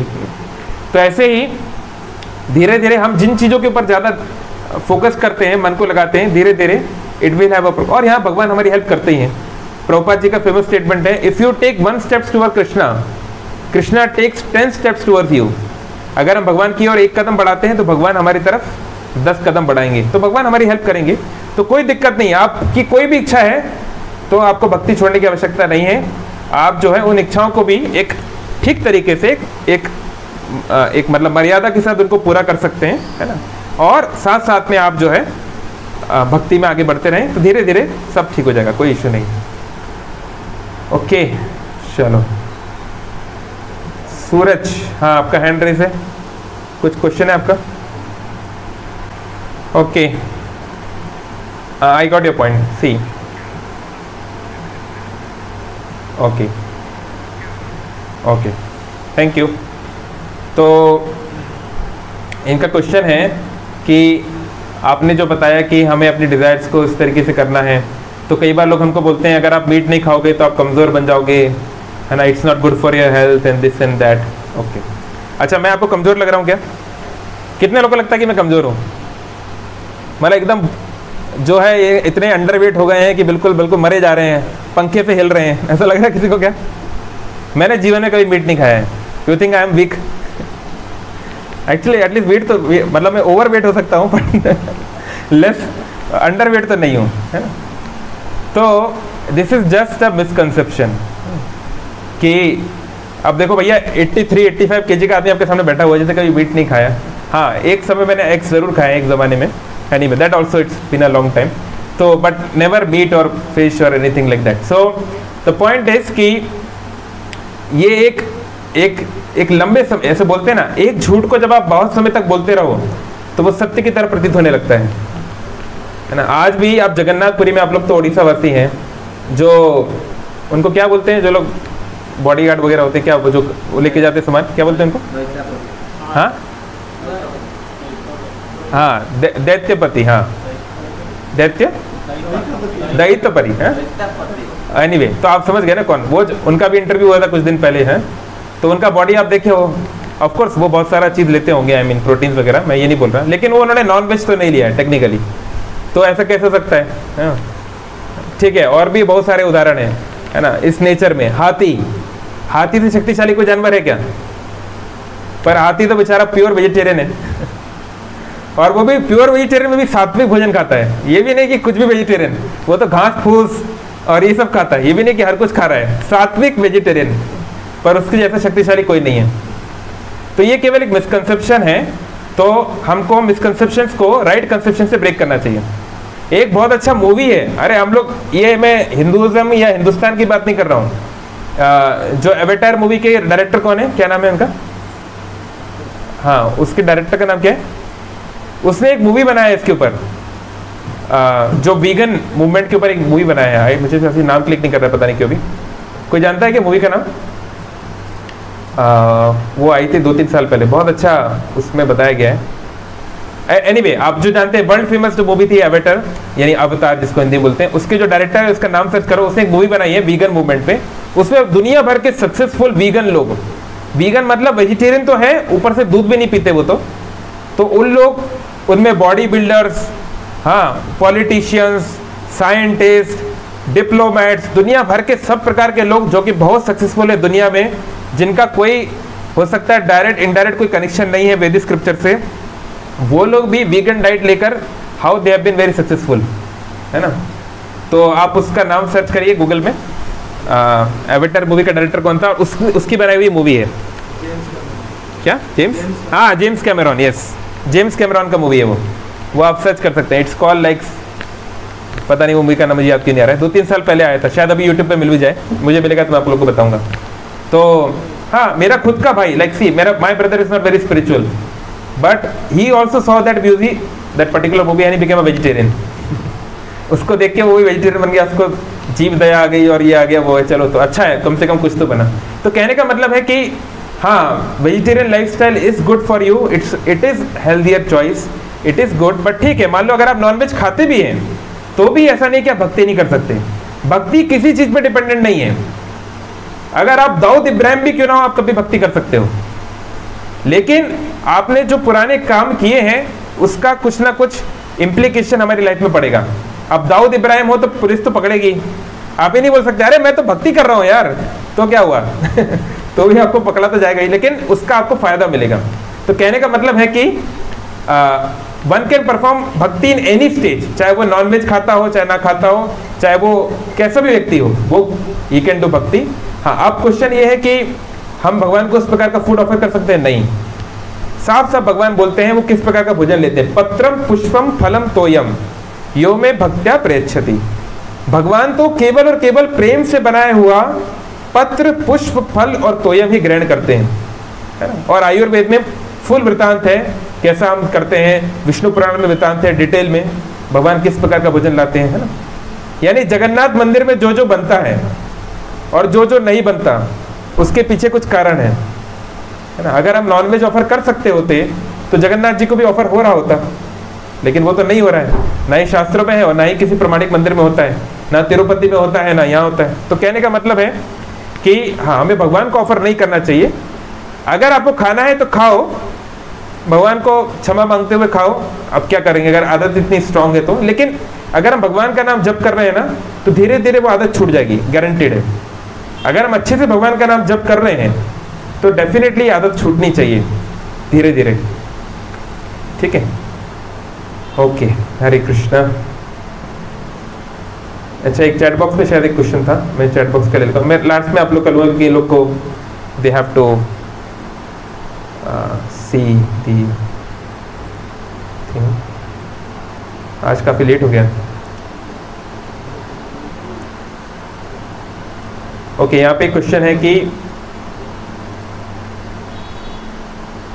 which kind of job we should do for giving primary to devotion?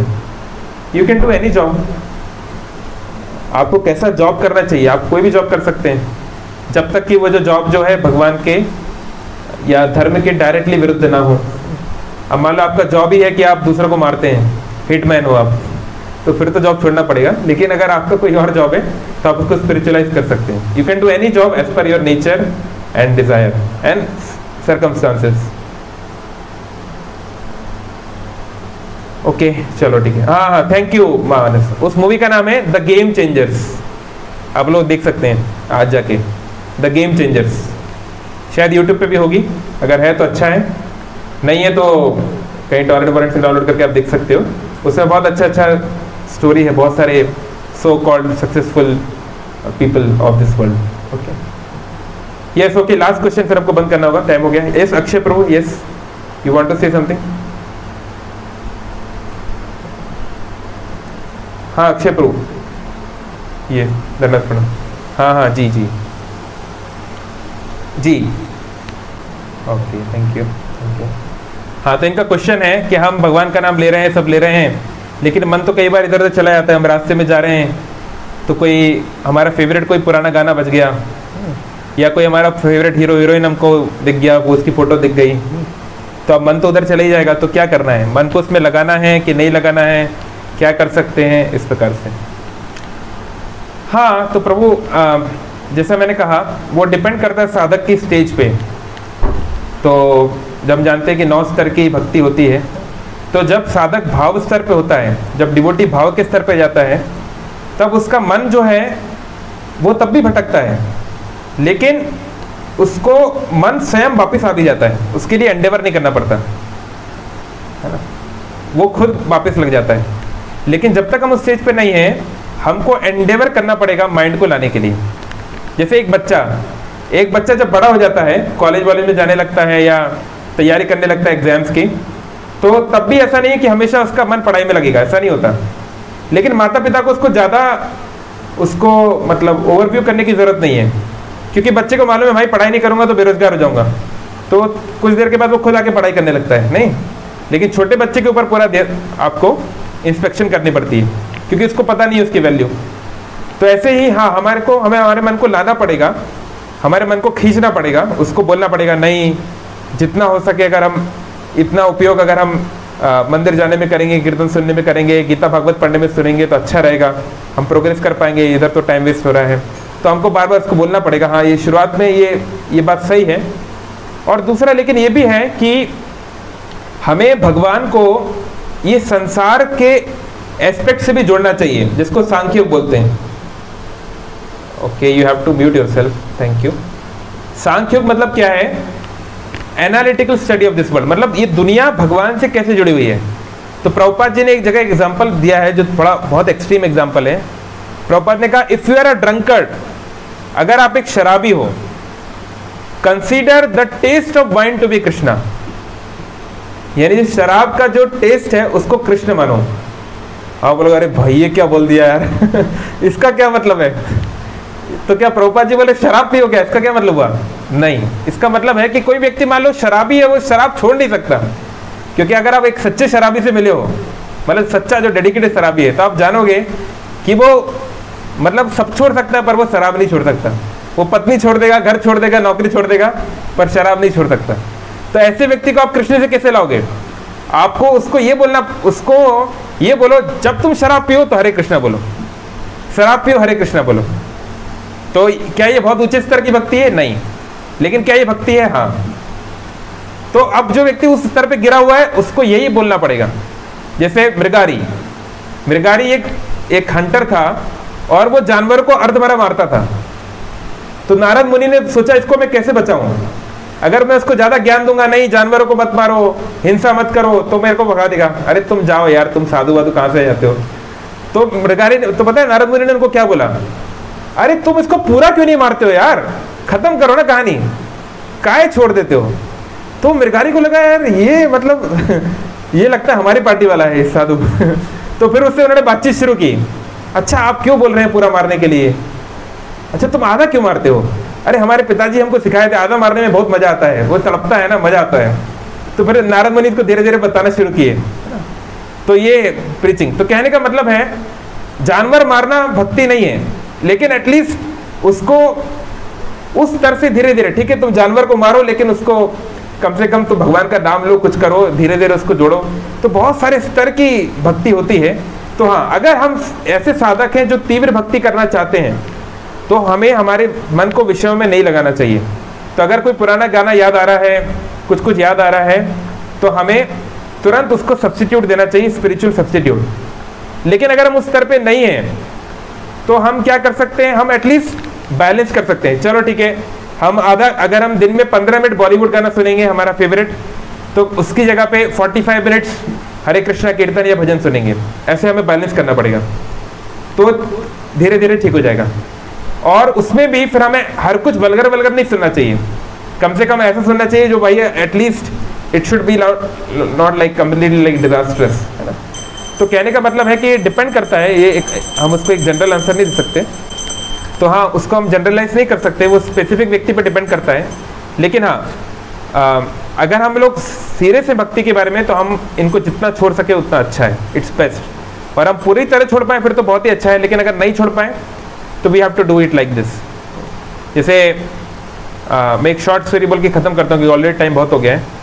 तो एक बार प्रभुपाद जी एक फ़्लाइट से कहीं जा रहे थे, हाँ वो जा रहे थे न्यूयॉर्क से लंदन, की फ्लाइट थी, और उस समय इंद्रद्युम्न महाराज उनके साथ में थे फ्लाइट में। उस समय वो ब्रह्मचारी थे या गृहस्थ थे उस समय, तो वो उनके साथ में बैठे थे।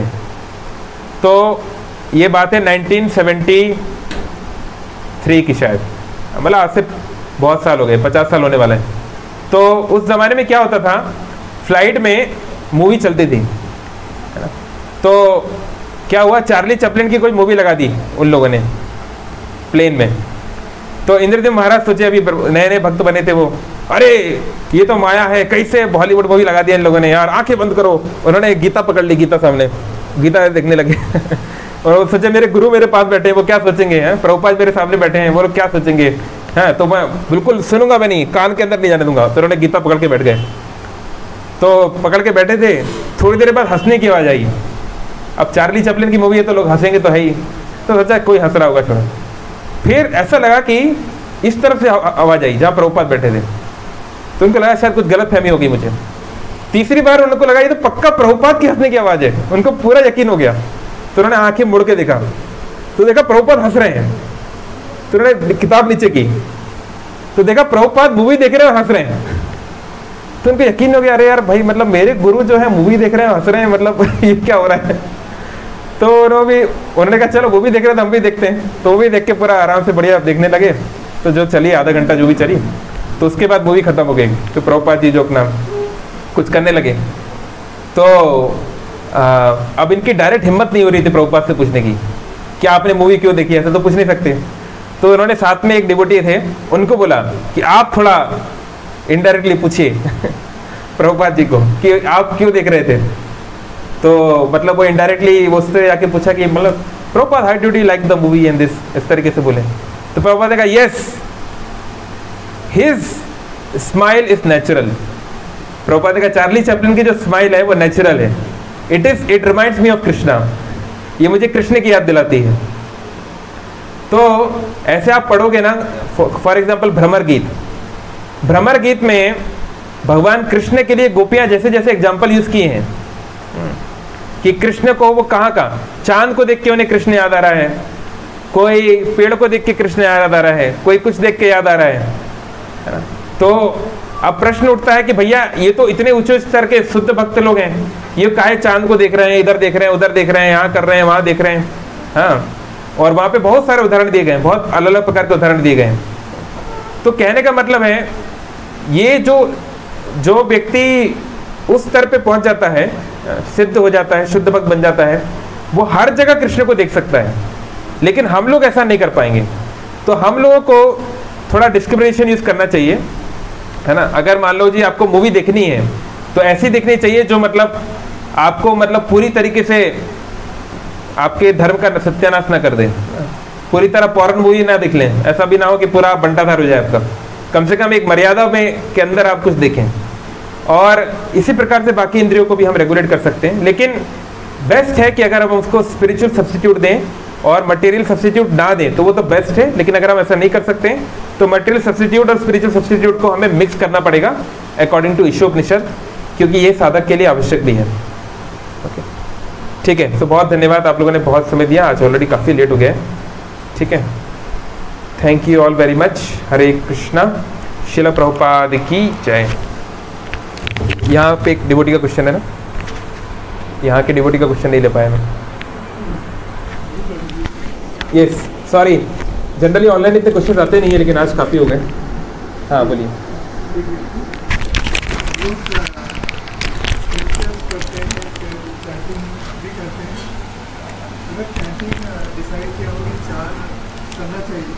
अगर मैं इसकी जगह स्क्रिप्चर पढ़ रहा हूँ तो चैंटिंग उतना नहीं कर पा रहा हूँ, तो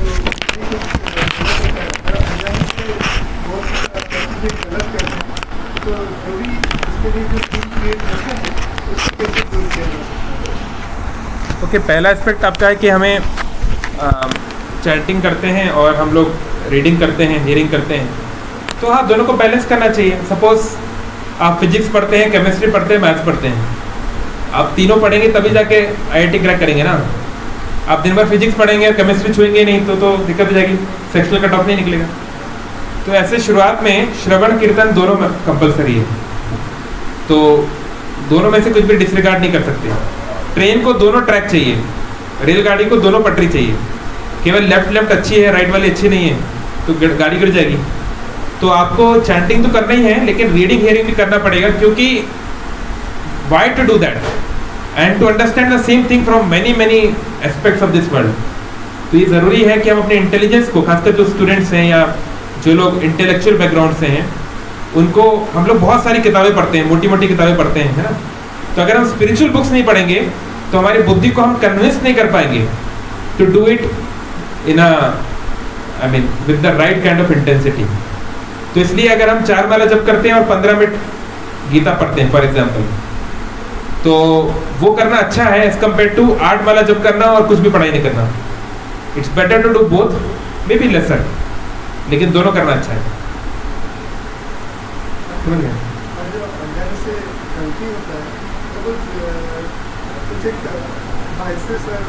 तो होते हैं इंसान है, तो जब भी हमें पता चलता है कि हमें गलती हो गया है तो उसको हटाने के लिए या उसका जो मतलब पश्चाताप करने के लिए हम लोग चैंटिंग कर सकते हैं। और क्या मतलब उससे क्या वो हटता है या कुछ बेनिफिट मिलता है? ओके, हाँ, I mean, if we are genuinely guilty for what we did, then we will try to make sure that we don't repeat the same mistake again. But if we are not genuine about our guilt, if it is simply a show, then our endeavor to repent will not be sincere. For example, अगर मान लीजिए हम किसी exam में fail हो गए और हमको जेन्युइनली लग रहा है कि यार ये हमने बहुत बड़ा गलती कर दिया, साल वेस्ट हो गया, तो नेक्स्ट ईयर हम पढ़ाई बहुत दमदार तरीके से करेंगे, नहीं। लेकिन अगर हम बहुत, हमें लग रहा है अरे यार मैंने क्या कर दिया, फिर अगले साल एडमिशन लिया, 2 दिन पढ़ाई की और फिर छोड़ दिया, तो that means our guilt was not sincere. तो एक्चुअली थोड़ा गिल्ट होना चाहिए, there should be some, because वो पॉजिटिव प्रेशर बना के रखता है। इट शुड, लेकिन हाँ, ओवर गिल्टी भी नहीं होना चाहिए, नहीं तो फिर वो अपने उसको शैडो कर देगा। तो हमारे जो, अगर हम कुछ ऐसा गलत काम करते हैं या हमको कुछ लगता है we have done something wrong, तो ठीक है, what is our action plan to overcome it and what is our plan to check the wrong doings. जो हमने गलती कर दी, मान लो हमने किसी के साथ कुछ बुरा कर दिया, अब हम उसके लिए क्या करने वाले हैं, हमारा क्या प्लान है और क्या हम उस प्लान पे चल रहे हैं, तो उससे पता चलेगा कि हम कितने सिंसियर हैं। तो फॉर एग्जाम्पल, अगर हमारा सपोज हमारी चैंटिंग छूट गई 1 हफ्ते, हमने चैंटिंग नहीं की, तो क्या हम नेक्स्ट वीक एक्स्ट्रा राउंड्स करने को तैयार हैं, या फिर हम मॉर्निंग में सबसे पहले चैंटिंग को प्रायोरिटाइज करने को तैयार हैं। तो उससे पता चलेगा कि हमारा रिपेंटेंस जेन्युइन है कि नहीं। और अगर रिपेंटेंस जेन्युइन है तो वो हमको शांति से बैठने नहीं देगा, वो हमको पुश करेगा कि नहीं यार मैंने गलत किया है, मुझे करना है करना है करना है, बार बार एक फोर्स आएगी। तो उससे हम अपने आप को चेक कर सकते हैं वेदर इट्स जेन्युइन और नॉट। और वो किसी भी चीज़ में लागू होता है ना, जब किसी रिश्ते में, किसी भी संबंध में अगर हमें जेन्युइन गिल्ट है तो that guilt should transform into the right kind of work. वो केवल फीलिंग्स में नहीं रहना चाहिए।